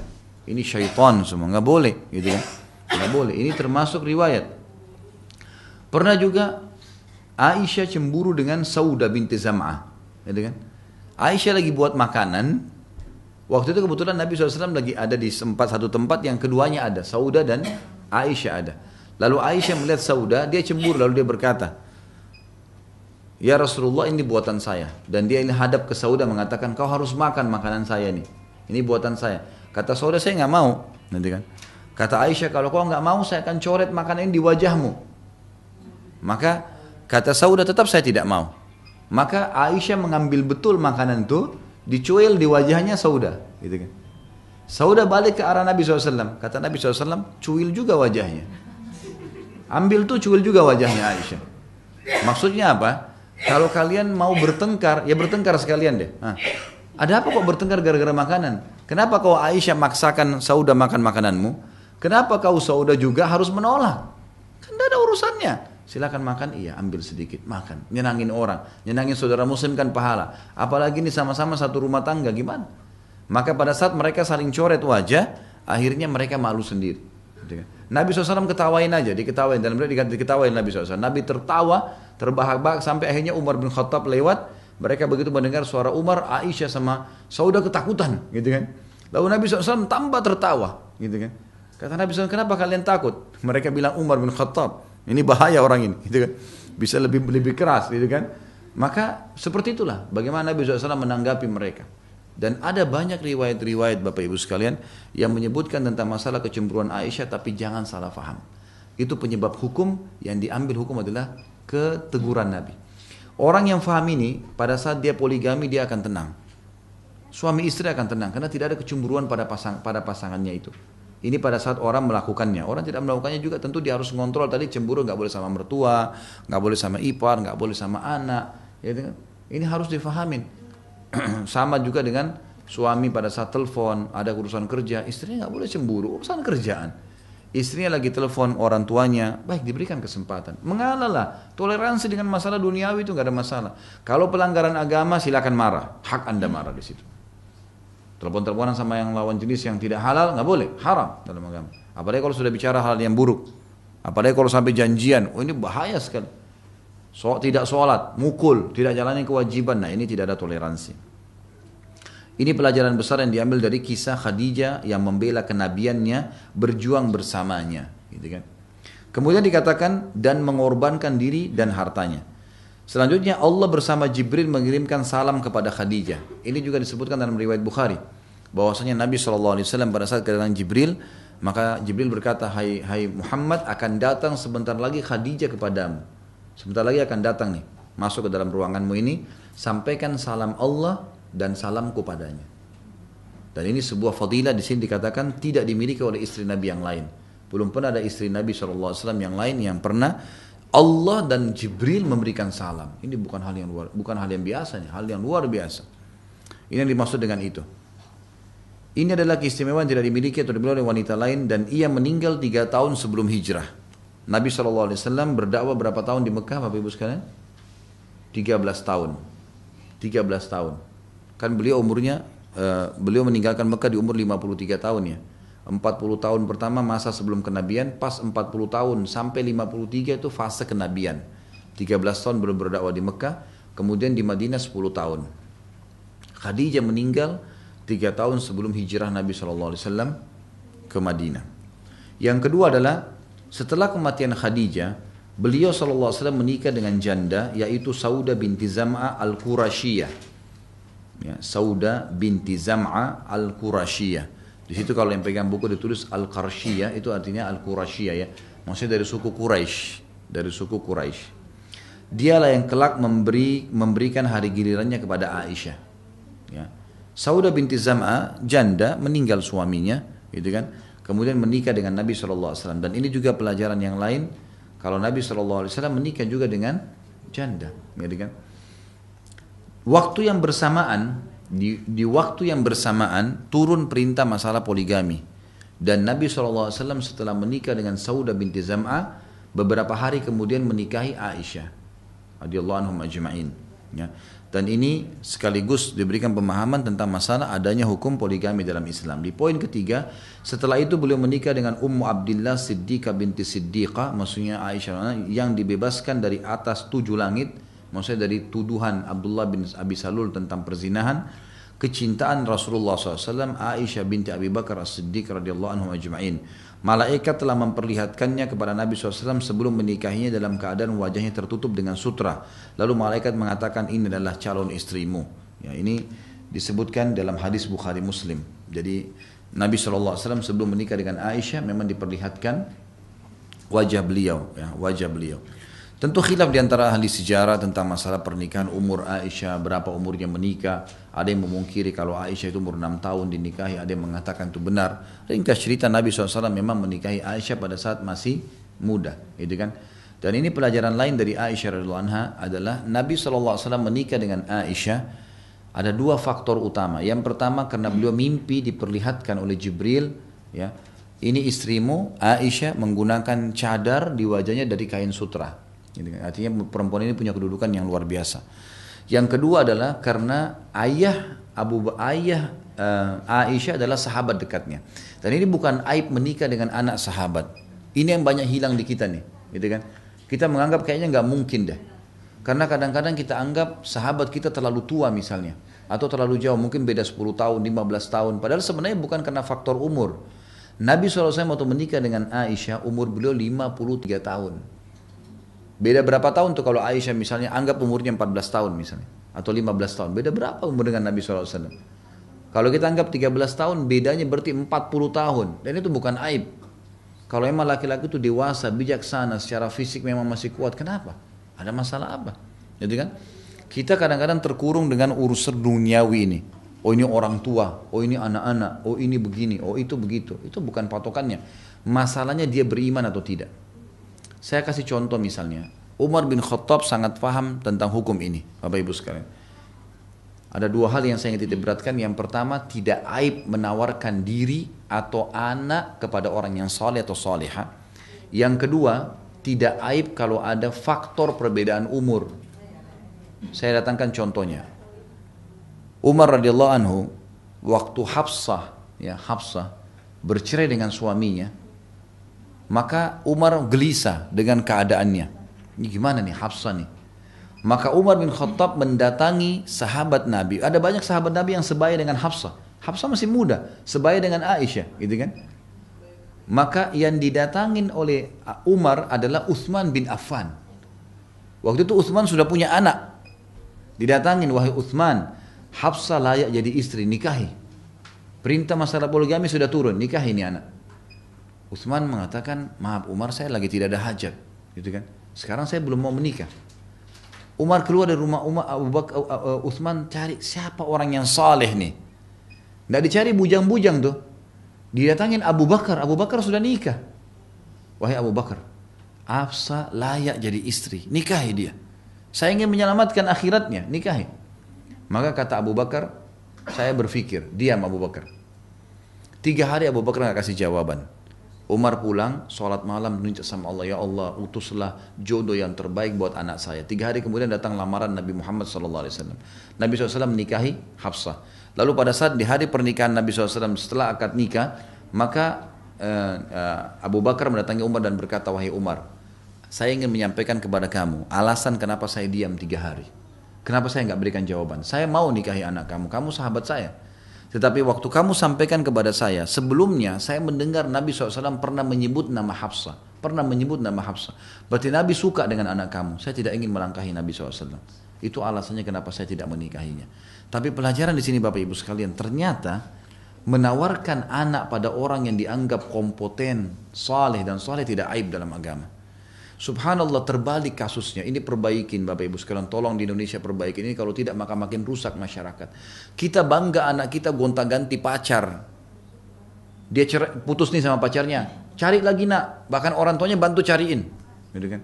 Saya pernah bimbing umroh, mereka tidak merasa salah di bus, kebetulan di bagian belakang. Saya sempat dengar ada jemaah saya mengatakan, nih anak saya ini masih gadis nih, baru putus sama pacarnya.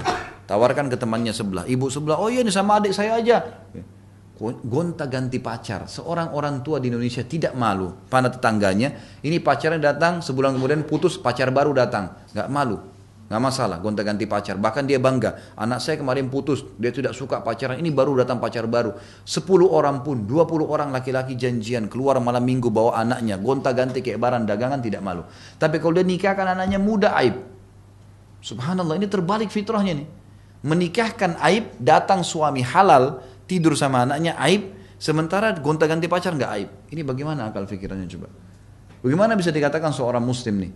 Nggak mungkin gitu kan? Kenapa kita harus merasa aib? Saya bilang sama pengajian saya, Bapak Ibu sekalian, kalau Anda lihat pada diri anak Anda, kita bisa baca tuh. Ada anak-anak yang bisa ngontrol hawa nafsunya, ada. Masya Allah sampai kuliah pun sarjana tetap tenang, aman, dan ikut program pengajian ada. Ada anak-anak baru balik saja, umur 17, 18 tahun sudah nggak bisa ngontrol hawa nafsunya. Kelihatan, sudah mulai kayak orang yang mencari pasangan. Kita bisa lihat sebagai orang tua. Bapak Ibu sekalian, walaupun belum selesai sekolah, lebih baik kita datangkan 1 piring makanan tambahan untuk anak mantu di meja kita. Anak kita aman daripada kita biarkan tahan dia untuk bergaul bebas di luar. Zina terjadi, kita halalkan dan kita tidak mau datangkan anak mantu untuk menikah. Baik Ustaz, nanti apa yang dia mau makan? Kita yang bantu dong sebagai mertua. Bantu modal, bantu ide. Tapi anak kita aman kan? Apa kata Nabi SAW? Siapa yang telah menikah, dia telah menyelamatkan setengah agamanya. Setengah. Sudah aman tuh, karena godaan terbesar bagi laki-laki perempuan, godaan terbesar bagi perempuan siapa? Laki-laki. Kalau ada anak-anak sudah dilihat kacau nih pergaulannya, ujung-ujungnya di belakang lawan jenisnya. Pasti. Perempuan sudah mulai kurang ajar sama orang tuanya, di belakangnya laki-laki tuh. Laki-laki sudah mulai kurang ajar sama orang tuanya, di belakang ada perempuan tuh. Masalah. Kenapa nggak dinikahin Bapak Ibu sekalian? Jangan pernah hubungkan prestasi dunia dengan ibadah. Tidak ada hubungannya sama sekali. Pernikahan dengan sarjana. Nggak ada hubungannya. Masa orang harus sarjana dulu baru sholat malam? Nggak ada hubungannya. Sama sekali nggak ada hubungannya. Jadi kita hubungkan dengan itu. Lalu mereka mau makan apa? Apakah memang sarjana menjamin orang bisa dapat kerjaan? Berapa banyak orang yang tidak ada kerjaannya tapi bisa kerja, dapat, gitu kan? Banyak orang. Banyak orang. Saya tahu banyak orang kaya raya tidak ada sama sekali ijazahnya. Tentu kalau kita bisa membuat mereka punya sekolah formal, bagus. Saya berbicara anak-anak yang kemungkinan bermasalah nih. Bagaimana menghadapi mereka? Lebih bagus Bapak Ibu sekalian kita datangkan sebuah piring yang akhirnya piring ini akan membuat anak kita tenang, gitu kan? Bahkan saya terima kasus di Jakarta, semoga Allah berikan hidayah. Itu orang tuanya bangga, anaknya ada 3 atau 4 laki-laki bawa pacarnya masing-masing. Salaman sama orang tuanya, ini gini, ini ditanya siapa, dikasih makanan, ya udah istirahat di kamar sama anaknya. Ini bukan suami istri ini, berzina di atas lantai 2, lantai 3 rumahnya nggak masalah, aib. Tuh kenapa nggak dinikahin? Malu kalau menikah muda. Ya, subhanallah, gimana ini fitrahnya? Apa bedanya kalau dinikahin sudah sekalian? Akhirnya saya tahu kasusnya orang itu, anaknya akhirnya berpacaran dan hamil di luar nikah, dinikahkan juga, tapi setelah hamil. Bagaimana caranya? Anak yang hamil nggak ada status ayah, walaupun pemilik sperma, nggak ada warisan. Anaknya perempuan nggak bisa jadi wali pernikahannya. Kenapa harus dirusak semua nih? Ini kenapa? Karena persepsi kita yang salah, tidak sesuai dengan agama dari awal. Ini perlu difahami Bapak Ibu sekalian. Pernikahan Nabi SAW dengan Aisyah yang masih muda, ya, dan Aisyah itu dinikahi oleh Nabi SAW justru karena ada Abu Bakar yang menawarkan juga Aisyah. Selain memang mimpi Nabi SAW dan tidak ada aib. Pernah juga ada seorang wanita datang ke masjid dan menawarkan diri kepada Nabi SAW, mengatakan, ya Rasulullah, saya hibahkan diri saya. Anda mau nikah dengan saya silahkan. Nabi SAW melihat, dalam hadis dikatakan melihat wanita tersebut dengan serius. Karena laki-laki yang mau nikahi wanita boleh melihat wajah dan telapak tangan. Dan ini simbol tubuhnya. Wajah adalah simbol kepala sampai ke perut, telapak tangan adalah simbol kemaluan sampai ke kaki. Jadi nggak ada dalam Islam buka bajunya, buka jilbabnya, nggak ada. Ini sudah simbol. Lihat ini sudah cukup. Ini berarti poster tubuhnya sudah seperti ini, gambaran umumnya. Setiap orang sudah tahu masalah itu. Maka Nabi SAW melihat tidak ada hajat. Lalu Nabi SAW mengatakan kepada sahabat yang hadir, adakah ya yang mau menikahi wanita ini? Karena dia sudah hibahkan dirinya, artinya terserah Rasulullah. Kalau anda mau nikahi saya, kalau tidak tolong tuntun saya kepada siapapun. Ada seorang sahabat berdiri dan siap menikahnya, lalu Nabi SAW menikahkan dengan wanita tersebut. Di sini ulama keluarkan sebuah hukum, bukan aib seorang wanita. Kalau tahu ada laki-laki yang saleh, dia tawarkan dirinya, bukan aib. Gitu kan? Sebagaimana juga bukan aib laki-laki yang baik menawarkan dirinya pada wanita salehah. Ya. Saya mau menikah karena kesalehan kamu, gitu kan? Baik, ini adalah hal yang positif. Kemudian dikatakan selanjutnya, beliau menikahinya pada bulan Syawal dalam usia 6 tahun. Aisyah umurnya 6 tahun. Dan membina rumah tangga dengannya di bulan Syawal pada tahun pertama Hijriah saat berusia 9 tahun. Jadi waktu 6 tahun belum digaulin. Belum digauli. Karena waktu itu ulama mengatakan Aisyah belum haid. Tapi sudah menjadi status istri. Gitu kan? Status istri. Di sini karena kesolehan Nabi SAW seorang Nabi, maka Abu Bakar tidak mau kehilangan fadilah itu, dinikahkanlah. Setelah balik, karena umumnya wanita di Jazirah Arab itu balik di umur 9 tahun. Biasanya karena faktor cuaca ya. Faktor cuaca di Jazirah Arab, di wilayah-wilayah umumnya panas, itu India, Jazirah Arab yang ada gurun pasir ya. Termasuk di sini sebagian wilayah Rusia, itu memang biasanya wanita mereka lebih cepat balik. Ada 8 tahun, 9 tahun sudah balik. Laki-laki juga begitu, biasanya laki-laki di umur 10-11 tahun sudah balik. Kalau wilayah kayak kita Katulistiwa, di garis Katulistiwa biasanya karena kelembaban tinggi, ini berpengaruh pada kebutuhan biologis. Makanya di Timur Tengah biasanya bulu itu lebih banyak tumbuh di badan karena faktor gen, faktor hormon ini dan faktor cuaca. Di kita di Asia Tenggara umumnya tidak seperti ini. Mungkin bulu di badan tidak terlalu banyak, hawa nafsu juga tidak seperti beratnya orang yang berada di Timur Tengah. Ini bukan karena makanan, tapi karena faktor lingkungan. Karena kalau mereka makan kambing misalnya, kita juga makan kambing. Tapi ini faktor cuaca, udara memang berbeda, gitu kan. Nah kalau kita biasa umumnya yang balik, diadakan penelitian itu kalau perempuan biasanya 13 tahun, 14 tahun, laki-laki pun biasanya berada di umur ini. Kalau ada perempuan di bawah ini biasanya memang kena faktor hormon yang ada. Nah di sini disebutkan di footnote nomor 24, ini menimbulkan banyak kecaman dari para kaum orientalis dan antek-anteknya tentang pernikahan Nabi SAW dengan Aisyah yang ketika itu masih berusia 9 tahun. Namun para ulama telah mengembalikan kecaman dan anak panah mereka pada leher mereka sendiri. Sebagaimana telah menjadi ketetapan bahwa pernikahan Nabi SAW dengan Ummul Mukminin Aisyah adalah berasal dari perintah Allah. Sebagaimana disebutkan dalam hadis, sesuatu yang berasal dari Allah, maka itu memiliki hikmah yang banyak dan besar. Di antaranya, Nabi SAW harus menikah dengan gadis belia agar ia bisa mengembang tugas dakwah dan menyampaikannya setelah kematiannya. Apalagi sudah dekat masa kematian Nabi SAW. Kan Nabi waktu menikah dengan Aisyah itu sudah di umur 53 tahun ya. Nabi SAW meninggal umur berapa? 63. Jadi cuma fase 10 tahun hidup dengan Nabi SAW. Dan ini fase kaderisasi. Makanya riwayat-riwayat kalau dari perempuan paling banyak dari Aisyah radhiyallahu anha. Bahkan setelah Nabi SAW meninggal, umur beliau itu masih ada ulama mengatakan 17-18 tahun. Tapi menjadi ulamanya sahabat. Sampai banyak sahabat yang bertanya terutama berhubungan dengan masalah hubungan rumah tangganya Nabi SAW. Keadaan rumah, hukum-hukum wanita, haid, nifas, hukum berhubungan biologis, bermesraan dengan Nabi SAW. Ini semua dari Aisyah radhiyallahu anha. Ini salah satu di antara hikmahnya sebab Ummul Mukminin Aisyah tergolong sahabat yang paling banyak meriwayatkan ucapan dan perbuatan Nabi SAW. Dialah yang menyampaikan kepada umat tentang kehidupan Nabi secara khusus berupa qiyamul lail, tidur, sholat, pekerjaan di rumahnya, kehidupan rumah tangga dan banyak lainnya. Ini tidak dimiliki oleh seorang pun dari istri-istri yang lain seandainya ia berusia tua. Niscaya ia mati selang beberapa waktu dari kematian Nabi SAW. Bersamaan dengan itu pula lenyapnya mayoritas sunnah dan berita tentang kehidupan Nabi SAW. Jadi ternyata betul di antara istri Nabi SAW termasuk Aisyah ini istri Nabi yang paling lama meninggal dunia. Karena masih muda. Dan dengan itu umat banyak mengambil pelajaran dari Aisyah radhiyallahu anha. Adapun bagaimana Nabi SAW membangun rumah tangga sementara usia Aisyah masih 9 tahun, apakah ini sudah pantas menikah dalam usia sekecil ini? Sebagaimana telah diketahui bahwa orang-orang yang hidup di wilayah-wilayah yang berdekatan dengan garis khatulistiwa, gadis mereka mencapai usia haid lebih cepat daripada gadis yang hidup di wilayah-wilayah yang dingin dan jauh dari garis khatulistiwa itu sendiri. Yang pertama, biasa haid pada usia 8 atau 9 tahun. Sementara yang kedua, haidnya baru datang hingga usia 14 atau 15 atau lebih daripada itu. Yang dimaksud ini daerah gurun, panas ya, seperti yang saya jelaskan tadi. Bukan tolak ukur garis khatulistiwanya sebenarnya. Karena khatulistiwa lebih dekat kepada kita, gitu kan? Lebih dekat kepada Indonesia. Tapi kita lihat ternyata Indonesia sebenarnya baliknya lebih telat. Seperti umumnya di wilayah-wilayah yang ada musim dinginnya. Pelajaran surat kabar Al-Jumhuriyah Al-Masriyah. Jadi kebetulan penulis ini dari Mesir beliau. Dan beliau tinggal di Afrika. Maka beliau tidak mengetahui tentang kasus garis khatulistiwa itu. Jadi yang dimaksud adalah masalah hidup di dekat sekitar padang pasir.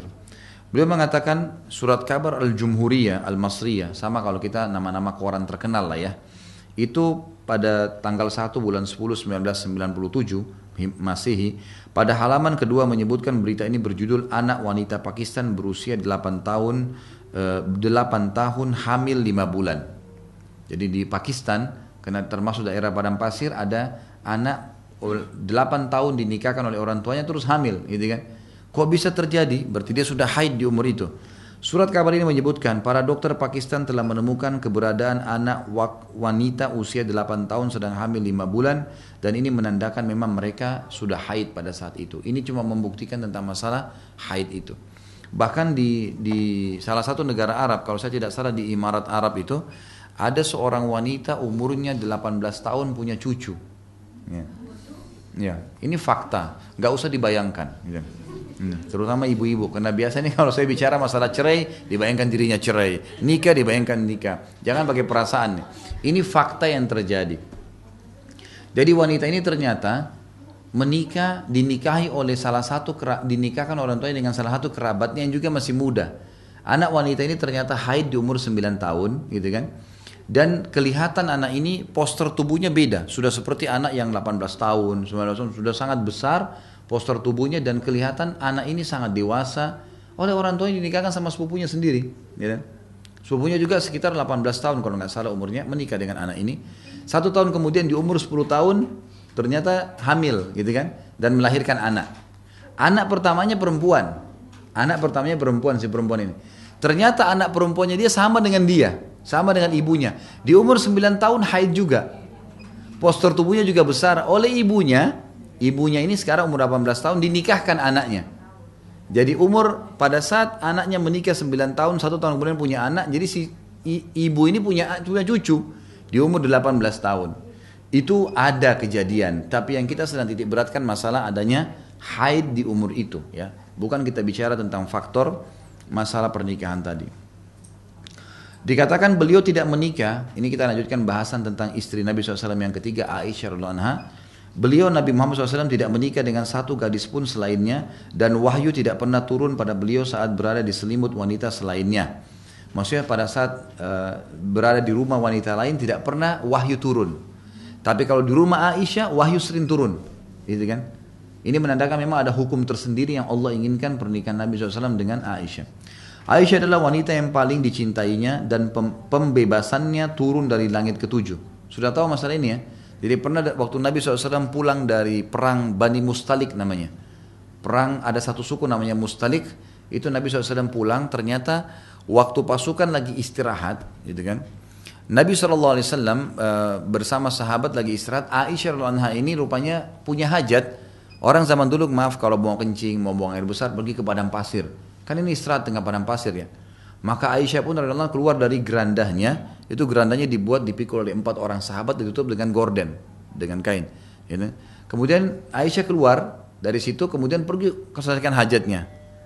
Waktu dia kembali, pasukan sudah jalan. Sahabat ini pikir Aisyah ada di dalam. Karena 4 orang yang pikul, jadi tidak terasa bebannya. Karena Aisyah juga badannya kecil, gitu kan. Maka pada saat Aisyah kembali di situ, ternyata pasukan sudah jalan. Aisyah pun turun duduk di atas sebuah batu, gitu kan.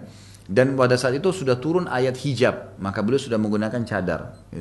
Kata Aisyah, saya pun membuka cadar saya untuk menghirup udara, gitu kan, lebih ini karena sambil menunggu orang. Ternyata di pasukan Nabi SAW ada satu sahabat mulia namanya Safwan.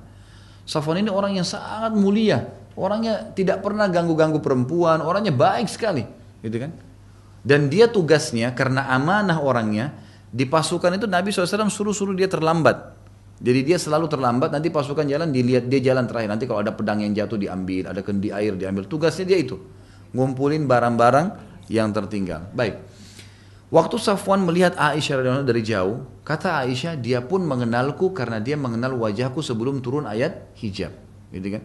Maka dia pun berkata, Inna lillahi wa inna ilaihi raji'un. Lalu mendekatkan untanya ke arahku tanpa melihatku. Enggak memandang apa-apa nih. Dan Aisyah sudah paham, unta itu disuruh duduk, maka Aisyah berarti disuruh naik ke atas.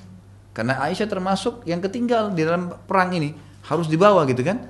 Maka Safwan punya tugas, dinaikkanlah. Kata Aisyah, sepanjang jalan tidak pernah Safwan ngomong satu kalimat pun, saya pun tidak bertanya. Ini kadang-kadang ini sekalian pelajaran Bapak Ibu sekalian. Kalau tolong orang jangan tanya kamu kenapa terlambat, kamu di mana, nggak ada urusan. Sekalian kenalan, ini nggak ada. Nah iya, ini pelajaran. Karena kalau membantu orang ya bantu orang, gitu kan. Tiba-tiba misalnya kita lagi jalan ada orang jatuh ditabrak, mau dibawa ke rumah sakit, gitu kan. Lain. Ini Safwan, Aisyah mengatakan tidak pernah dia bertanya satu kalimat pun, tetap lihat ke depan, dan Aisyah pun tidak bertanya. Udah sama-sama menjaga imannya. Subhanallah, pasukan Nabi SAW istirahat di satu tempat lagi, ya, di kejauhan. Nabi SAW biasanya kalau perang memang membawa salah satu dari istri beliau. Nah kebetulan waktu itu Aisyah yang ikut kan, radhiyallahu anha. Nabi SAW biasa kalau lagi istirahat, istrinya turun dari geranda, bantu siapin makanan. Mungkin Nabi SAW butuh waslap biasanya dipakai di lap badan beliau untuk menyegarkan tubuh gitu kan. Layanan seorang istri kepada suaminya. Maka Nabi SAW lihat tidak ada Aisyah. Mana Aisyah? Sahabat pergi ke geranda, wahai Aisyah, Ummul Mukminin, nggak nyaut. Berapa kali nggak nyaut? Dibuka gorden nggak ada. Tersebar berita waktu itu, Aisyah ditangkap oleh musuh. Satu pasukan nih tersebar, gitu kan? Luar biasa beritanya tiba-tiba. Tidak lama kemudian sementara lagi tersebar ini, jangan sampai Aisyah diambil oleh pasukan, kita harus menyerang kembali nih dan seterusnya. Dari kejauhan, lagi siang bolong seperti ini, untanya Safwan jalan, Aisyah di atas. Safwan pegang. Ini kalau ibu-ibu nih, kalau bapak-bapak lihat pasangannya tiba-tiba begitu, di mobil ada sama orang lain, langsung syaitannya berbicara. Padahal belum tahu masalah nih, gitu kan? Belum tahu masalah ini gini. Maka yang paling pertama dilakukan oleh pimpinan orang munafik Abdullah bin Abi Salul, mana bisa laki-laki perempuan jalan berdua ndak zina? Langsung vonis. Tersebar itu seperti virus di dalam pasukan muslimin, Aisyah berzina sama Safwan. Tersebar berita. Ada banyak orang-orang beriman kena nih fitnah ini, gitu kan? Sampai nanti terakhir dihukum oleh Nabi SAW dengan cambukan 80 jerah karena memfitnah kan gitu. Waktu itu Aisyah tidak tahu apa-apa nih, nggak ngerti nol, nggak tahu apa-apa. Beliau pun akhirnya bilang, saya masuk ke pasukan, sementara mata-mata orang ini semuanya pada kaget karena sudah tersebar berita nih. Dan unta kan jalannya pelan, dari kejauhan berarti begitu tersebar berita itu ini. Makin dekat dengan pasukan, makin tersebar nih. Ini kalau gosip ini luar biasa nih. Ini jangankan Nabi SAW, istri seorang ustadz selingkuh sudah heboh semua gitu. Ini apalagi istri Nabi, kacau balau semuanya. Dan ini pelajaran luar biasa Bapak Ibu sekalian. Maka yang terjadi pada saat itu, Aisyah pun berkata, saya masuk ke dalam pasukan dan ternyata terdengar oleh telinga Nabi SAW kalau Aisyah berzina sama Safwan. Dan biasanya Nabi SAW kalau ada informasi apa-apa pasti wahyu turun nih. Beritakan benar atau enggak, gitu kan? Benar atau enggak. Bayangkan Bapak Ibu sekalian, waktu itu wahyu terputus sebulan. Enggak ada wahyu dari langit. Bagaimana posisi bapak-bapak sekarang kalau sampai istrinya dituduh selingkuh begitu? Ya kan? Orang buru-buru mengambil langkah. Lihat pelajaran buat suami, pelajaran buat istri. Luar biasa kejadian ini, gitu kan? Maka Aisyah mengatakan, saya pun melayani Nabi SAW seperti biasa. Saya tetap ceria sampai ke Madinah, gitu kan? Tapi perilaku Nabi sudah berubah. Kata Aisyah, kalau Nabi SAW datang ke rumah saya tidak seperti biasa. Ada perubahan, dia rasakan perubahan gitu. Kayak mungkin kalau istri tahu kalau suaminya cemberut, mungkin apa, dia tahu ini ada perubahan nih. Lalu Aisyah dengan adabnya apa? Perhatikan ibu-ibu. Kalau ibu-ibu kadang-kadang lihat suaminya berubah langsung, kenapa kok berubah? Ada wanita lain, ini macam-macam. Aisyah berkata, ya Rasulullah, kalau anda tidak ada hajat dengan saya. Ini lihat romantisnya dalam Islam nih. Lagi ada fitnah terjadi, ngomongnya masih santun. Kata Aisyah, ya Rasulullah, kalau anda tidak punya hajat dengan saya, izinkan saya pulang ke rumah orang tua saya. Kata Nabi SAW, baiklah. Diantar baik-baik sama Nabi SAW ke rumahnya Abu Bakar. Seperti biasa orang kalau ribut, diantar ke mertuanya. Tapi adabnya, Aisyah minta dengan baik, kalau anda tidak punya hajat. Bukan bilang, kenapa engkau marah, kenapa kamu begini. Tidak. Ya, itu lagi tambah, cerai kan biasa begitu. Tidak, wajar, memang benar. Sering terjadi. Dan perlu Bapak Ibu tahu, sebab kita bahas mahkota pengantin untuk mencairkan semua nih. Jadi nanti ke depannya berubah semua nih. Harus berubah sesuai dengan agama Islam. Kalau enggak jadi kacau semua nih. Rumah tangga akan sangat luar biasa kalau Islam ini diterapkan. Yang terjadi Bapak Ibu sekalian, kata Aisyah, kemudian saya pun pulang ke rumah orang tua saya tetap ceria. Enggak ngerti apa-apa nih. Beliau tidak ngerti apa-apa subhanallah gitu kan. Sampai datang seorang wanita dari Ansar yang datang melihat Aisyah, waktu datang disambut sama Aisyah, dipeluk, ngobrol, canda kayak teman lagi sama temannya, nggak ada masalah gitu. Perempuan ini rupanya merasa prihatin, lalu dia mengatakan, wahai Aisyah, wahai anaknya orang yang terpercaya, Siddiq, apa kau tidak dengar apa yang tersebar di Madinah? Kata Aisyah, tidak, sama sekali saya tidak tahu ada apa. Mereka telah membicarakan sesuatu yang buruk tentang kamu waktu kau di atas tunggangannya Safwan. telah tersebar berita kau berzina dengannya. Kata Aisyah, tiba-tiba seluruh tulang saya jadi lemas, jatuh terduduk di lantai dan menangis sambil berkata, apakah mereka menyebarkan itu? Kata perempuan tersebut, iya wahai Aisyah, mereka menyebarkan itu. Apa kau percaya? Dia bilang tidak, saya tidak percaya. Saya tahu siapa kamu. Tapi di Madinah ini, satu Madinah sudah dua kubu nih, yang percaya dan yang tidak percaya. Kata Aisyah, saya pun menangis dan saya hanya berkata, ini sebabnya kenapa Rasulullah SAW berubah. Saya sudah mulai tahu nih, kata Aisyah. Semenjak itu saya menangis terus, gitu kan. Nabi SAW tunggu wahyu untuk memberitahukan ini benar atau salah nih. Tapi sebulan gak ada wahyu. Nabi SAW coba beristihad, hari demi hari berdoa, belum ada datang wahyu. Sampai puncaknya setelah sebulan, Nabi SAW sudah pisah rumah sama Aisyah, gitu kan. Tapi mengunjungin iya, gitu kan. Tapi di rumah sini. Maka setelah disampaikan oleh wanita dari Ansar tadi, Aisyah sudah merasa tahu, oh ternyata ini masalahnya.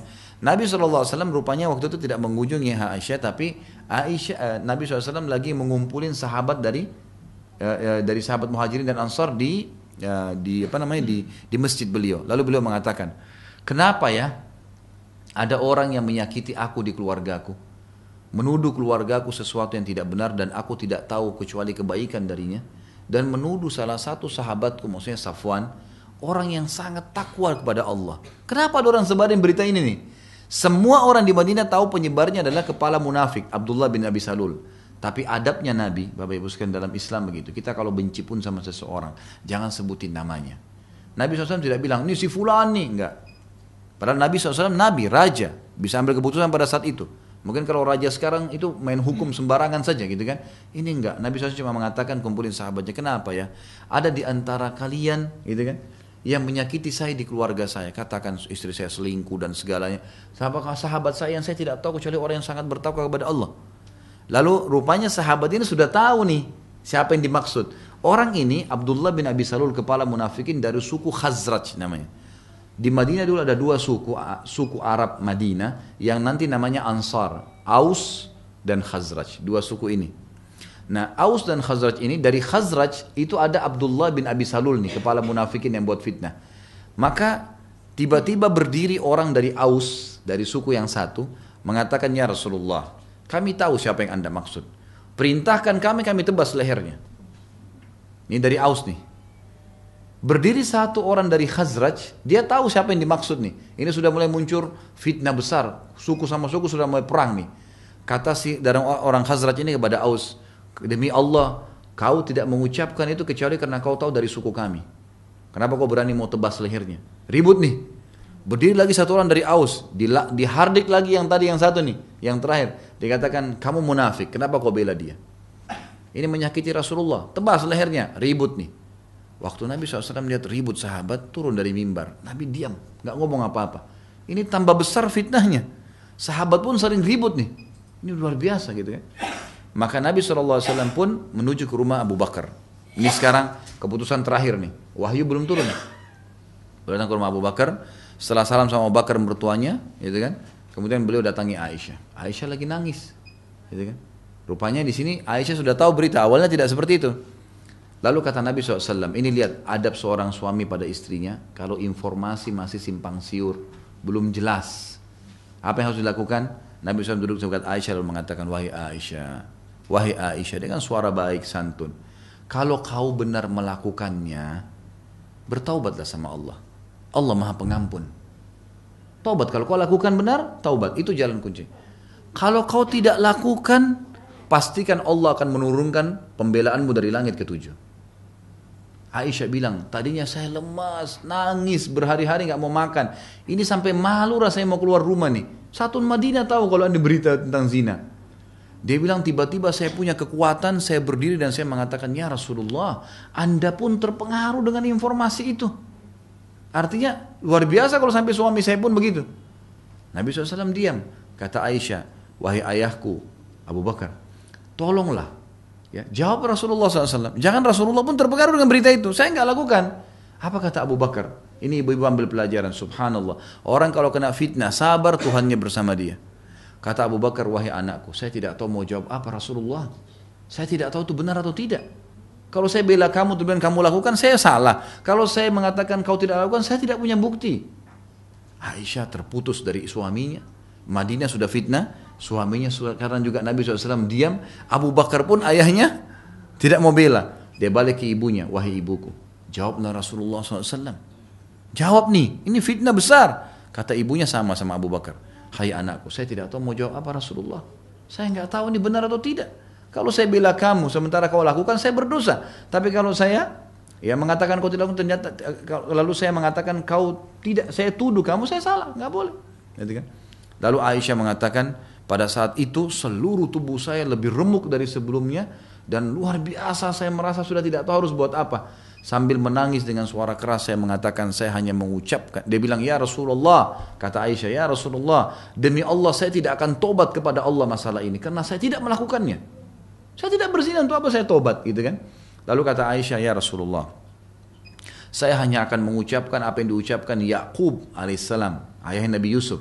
Pada saat Yusuf hilang, Allah menceritakan dalam Al-Quran, innama ashku bathi wa huzni ilallah. Saya hanya keluhan, saya akan sampaikan keluhan dan kesedihan saya kepada Allah. Kalian semua tidak percaya, saya kembalikan kepada Allah. Pada saat Aisyah menyebutkan kalimat tersebut sambil menangis, maka Nabi SAW tiba-tiba menyudut ke sudut di sudut rumah itu. Biasanya Nabi SAW kalau begini ada wahyu mau turun. Maka beliau pun menyudut, lalu kemudian turun wahyu.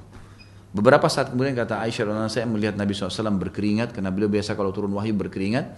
Kemudian beliau mendekati Aisyah dan berkata, berita gembira wahai Aisyah, Allah telah turunkan pembebasanmu dari langit ketujuh.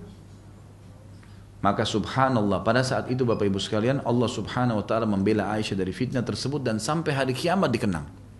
Sebagaimana saya ceritakan sekarang ke Bapak Ibu ini, maka siapapun yang faham tentang sunnah Nabi akan membela Aisyah sampai hari kiamat. Satu kali dituduh, fitnah 1 bulan, Allah bela seumur hidup dunia ini sampai hari kiamat. Bagaimana orang kalau sabar, bagaimana suami sabar, bagaimana istri sabar, ada fitnah terjadi. Jangan buru-buru menghakimi, menuduh, menyalahkan, karena kita tidak tahu. Tapi Allah tidak akan tinggal diam dengan kejadian yang ada. Allah akan bongkar dengan caranya. Sabar, pahala sabar didapatkan kalau cobaan datang. Kalau nggak ada cobaan, kapan kita bisa dapat pahala sabar? Nggak boleh buru-buru. Ini makna daripada perkataan tadi di sini dikatakan, dan dialah adalah wanita yang diturunkan pembebasannya dari langit ketujuh. Ini maknanya. Lalu Nabi SAW tentu menghukum, diperintahkan oleh Allah untuk mencabuk orang-orang yang membuat fitnah, 80 jerah. Umat yang telah sepakat atas kekafiran siapa saja yang menuduhnya berzina. Kalau ada yang sudah turun ayat, sudah membebaskan Aisyah radhiyallahu, kemudian masih dia katakan Aisyah berzina, seperti orang-orang Syiah sekarang, udah itu jelas kekufuran. Gimana caranya istri Nabi dituduh berzina? Gak mungkin. Zaman dulu saya dituduh terus turun ayat membelahnya, gitu kan?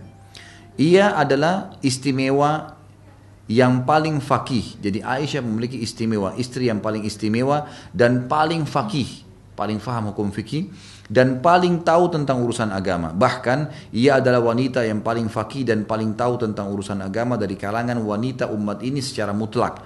Para pemuka sahabat Nabi merujuk pada ucapannya dan meminta fatwa kepadanya. Ada yang mengatakan bahwa ia membuang kata-kata dari Nabi SAW, namun ini sama sekali tidak terbukti. Ada yang mengatakan Aisyah dusta, itu tidak benar. Sebagaimana dikarang-karang oleh orang-orang Syiah ini. Mereka memang membenci para sahabat, dan subhanallah orang yang paling dibenci adalah orang-orang justru yang paling dekat dengan Nabi SAW. Sampai saya kadang-kadang melemparkan perkataan yang mudah-mudahan orang Syiah bisa faham tuh.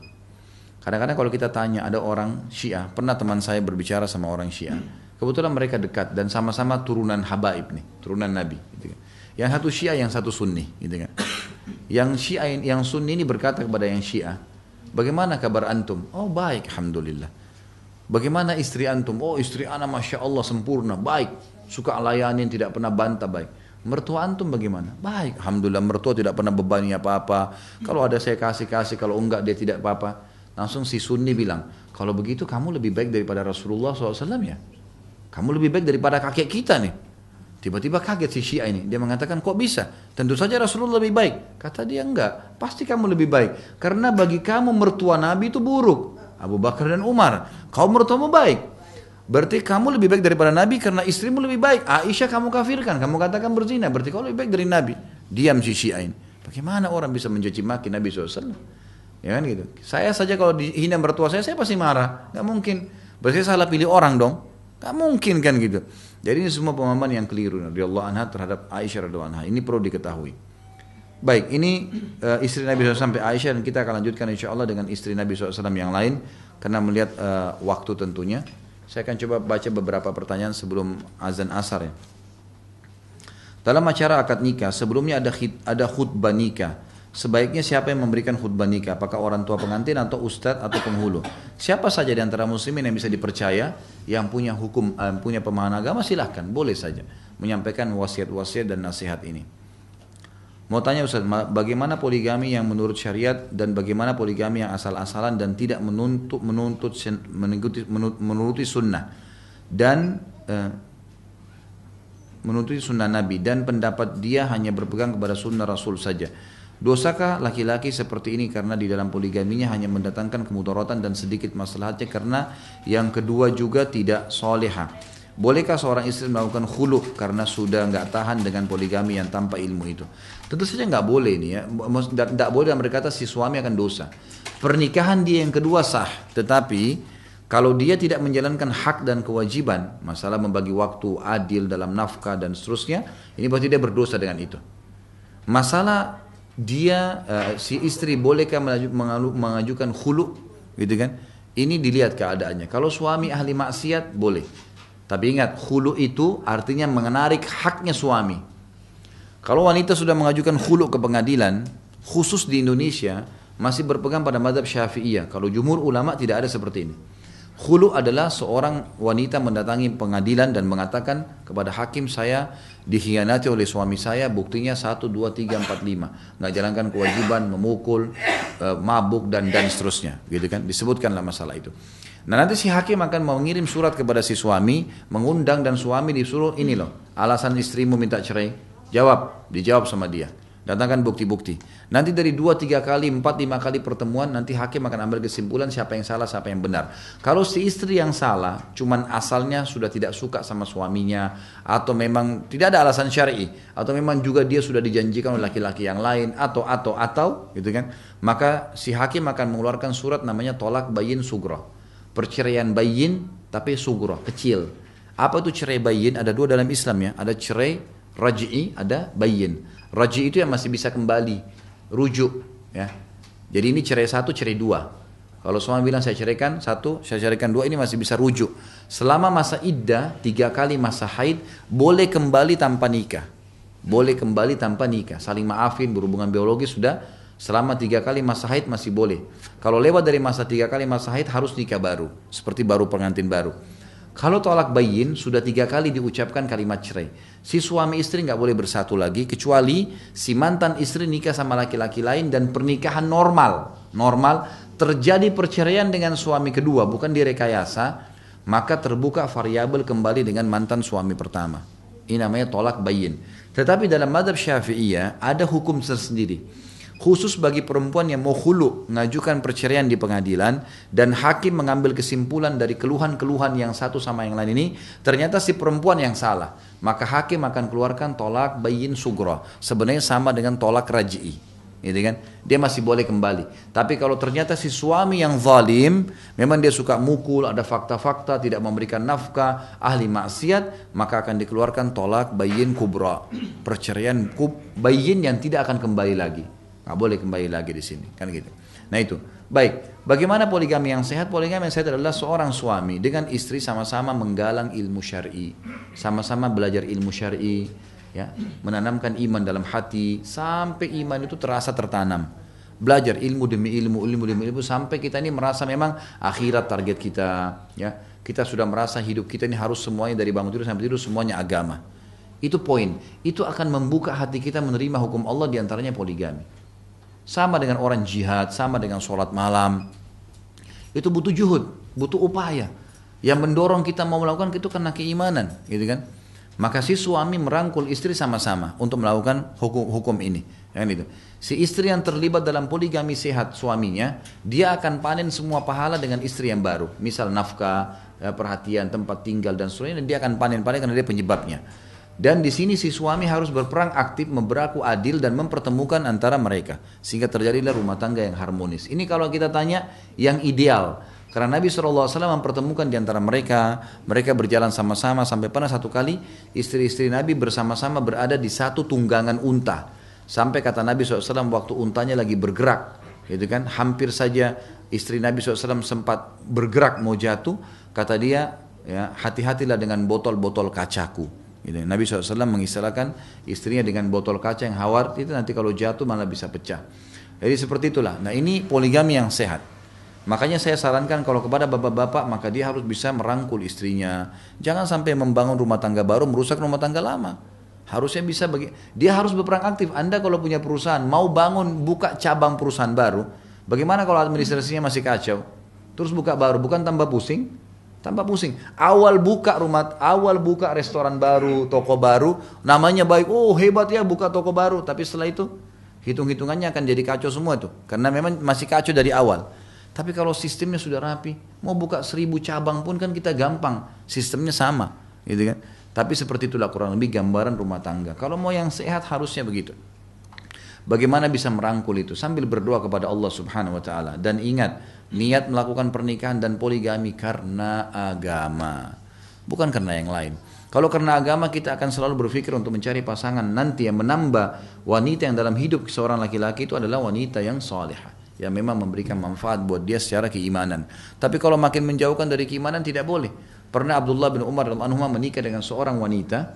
Wanita ini sangat cantik tapi pemahaman agamanya masih kurang. Sehingga pernah membuat Abdullah bin Umar radhiyallahu anhu telat sholat. Abdullah bin Umar ini selalu sholat tepat waktu. Setelah nikah sama dia telat. Umar bin Khattab tahu perubahan anaknya lalu dipanggil. Dia kata Umar, ceraikan istrimu.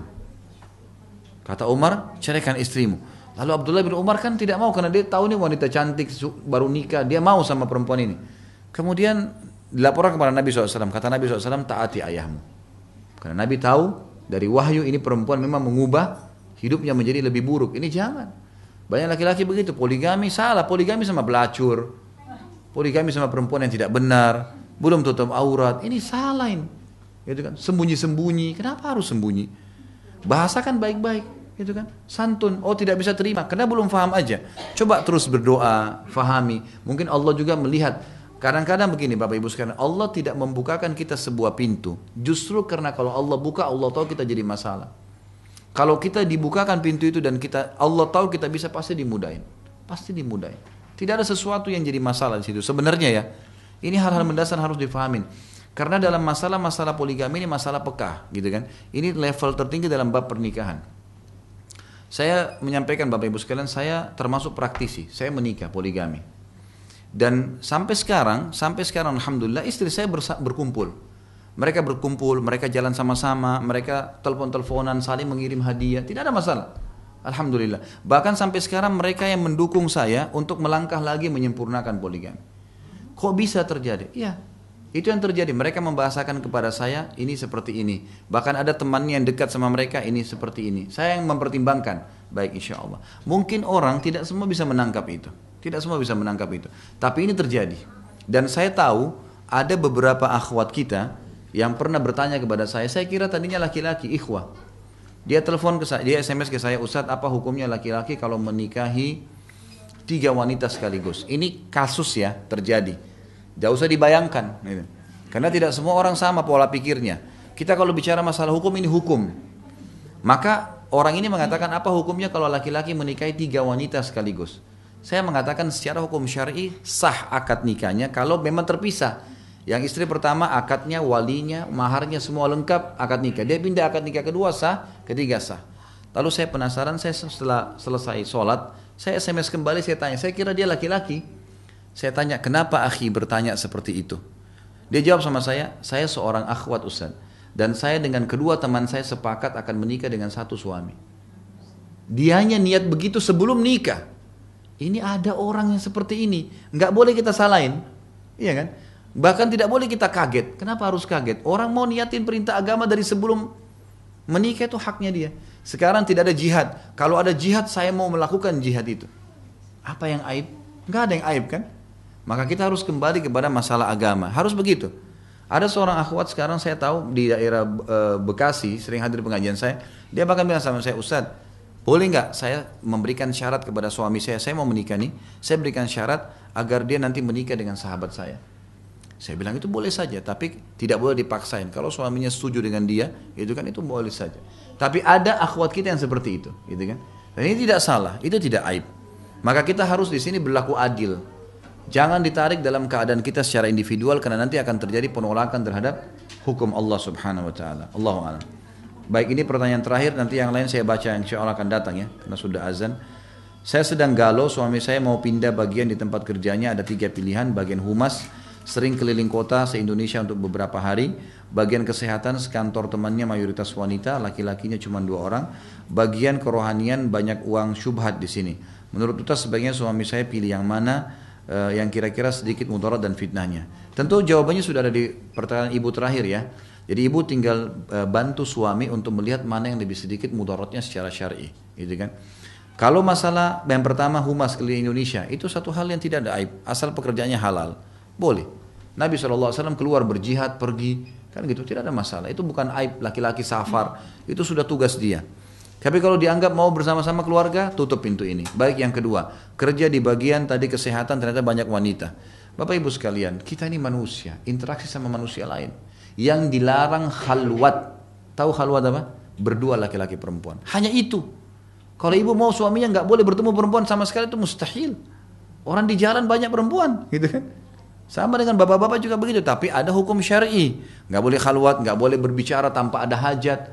Kalau tempat kerjaan, saya misalnya jadi punya yayasan, lalu ada bagian sub akhwat. Saya punya yayasan di Kota Makassar, ada bagian kewanitaan yang mengelola kegiatan wanita, gitu kan? Pengajian ibu-ibu, kemudian apa pengurusan janda dan anak yatim, apalah macam-macam di situ. Maka kadang-kadang mereka harus interaksi dengan saya, bertanya, Ustadz sarannya seperti apa? Ini 1, 2, 3, 4, 5. Selama hukum syari ada, saya tidak merasa terganggu dan mereka tidak terganggu, gitu kan? Tapi di sini ada adab-adab syar'i, gitu kan? Bukan berdua, bukan tatap-tatapan, ini lain. Tapi kalau ini juga dianggap ibu dan suami ada mudarat, bisa dipilih yang ketiga. Mudah-mudahan yang ketiga insya Allah kerohanian ini bagus. Masalah uang syubhat ya ditolak, jangan diambil. Syubhat ditinggalkan. Yang halal aja diambil dan usahakan kehadiran suami ibu di situ, dia adalah orang yang akan memperbaiki hal-hal yang buruk ini, kan? Seperti itu, Allahu a'lam. Jadi insya Allah pertama yang akan lain ini kita lanjutkan pertemuan akan datang karena melihat waktunya. Baik, mungkin sampai sini dulu, mudah-mudahan bermanfaat apa yang kita bahas dan semoga Allah SWT menjadikan ini tambahan amal kita di timbangan amal hari kiamat, dan semoga semua orang yang sakit disembuhkan penyakitnya, semua yang tidak utang dilunasi utangnya, semua yang sudah pernah berbuat dosa yang hadir di sini dan seluruh keluarga kita, kerabat kita, juga seluruh muslimin dan muslimat yang masih dan juga sudah meninggal diampuni semua dosanya, bahkan Allah dengan kemahamurahannya menggantinya dengan pahala, dan seluruh muslimin di Palestina, di Syria, di Yaman, di Irak, di Myanmar diberikan kemenangan, dikukuhkan telapak kaki mereka, diikhlaskan niat mereka, serta diterima para syuhada mereka, dan Allah partisipasikan kita bersama mereka di pahala, baik dengan doa dan harta juga dengan jiwa kita. Dan semoga Allah dengan kemahamurahannya yang saya yakin sedang melihat kita sekarang, dan malaikatnya juga sedang hadir di majelis ilmu ini untuk menyatukan kita di surga firdausnya tanpa hisab, dimana ia satukan kita di majelis ilmu yang mulia ini. Pada benar dari Allah, pada saudara saya mohon dimaafkan. Subhanakallahumma bihamdika asyhadu an la ilaha illa anta astaghfiruka wa atubu ilaik. Wassalamualaikum warahmatullahi wabarakatuh.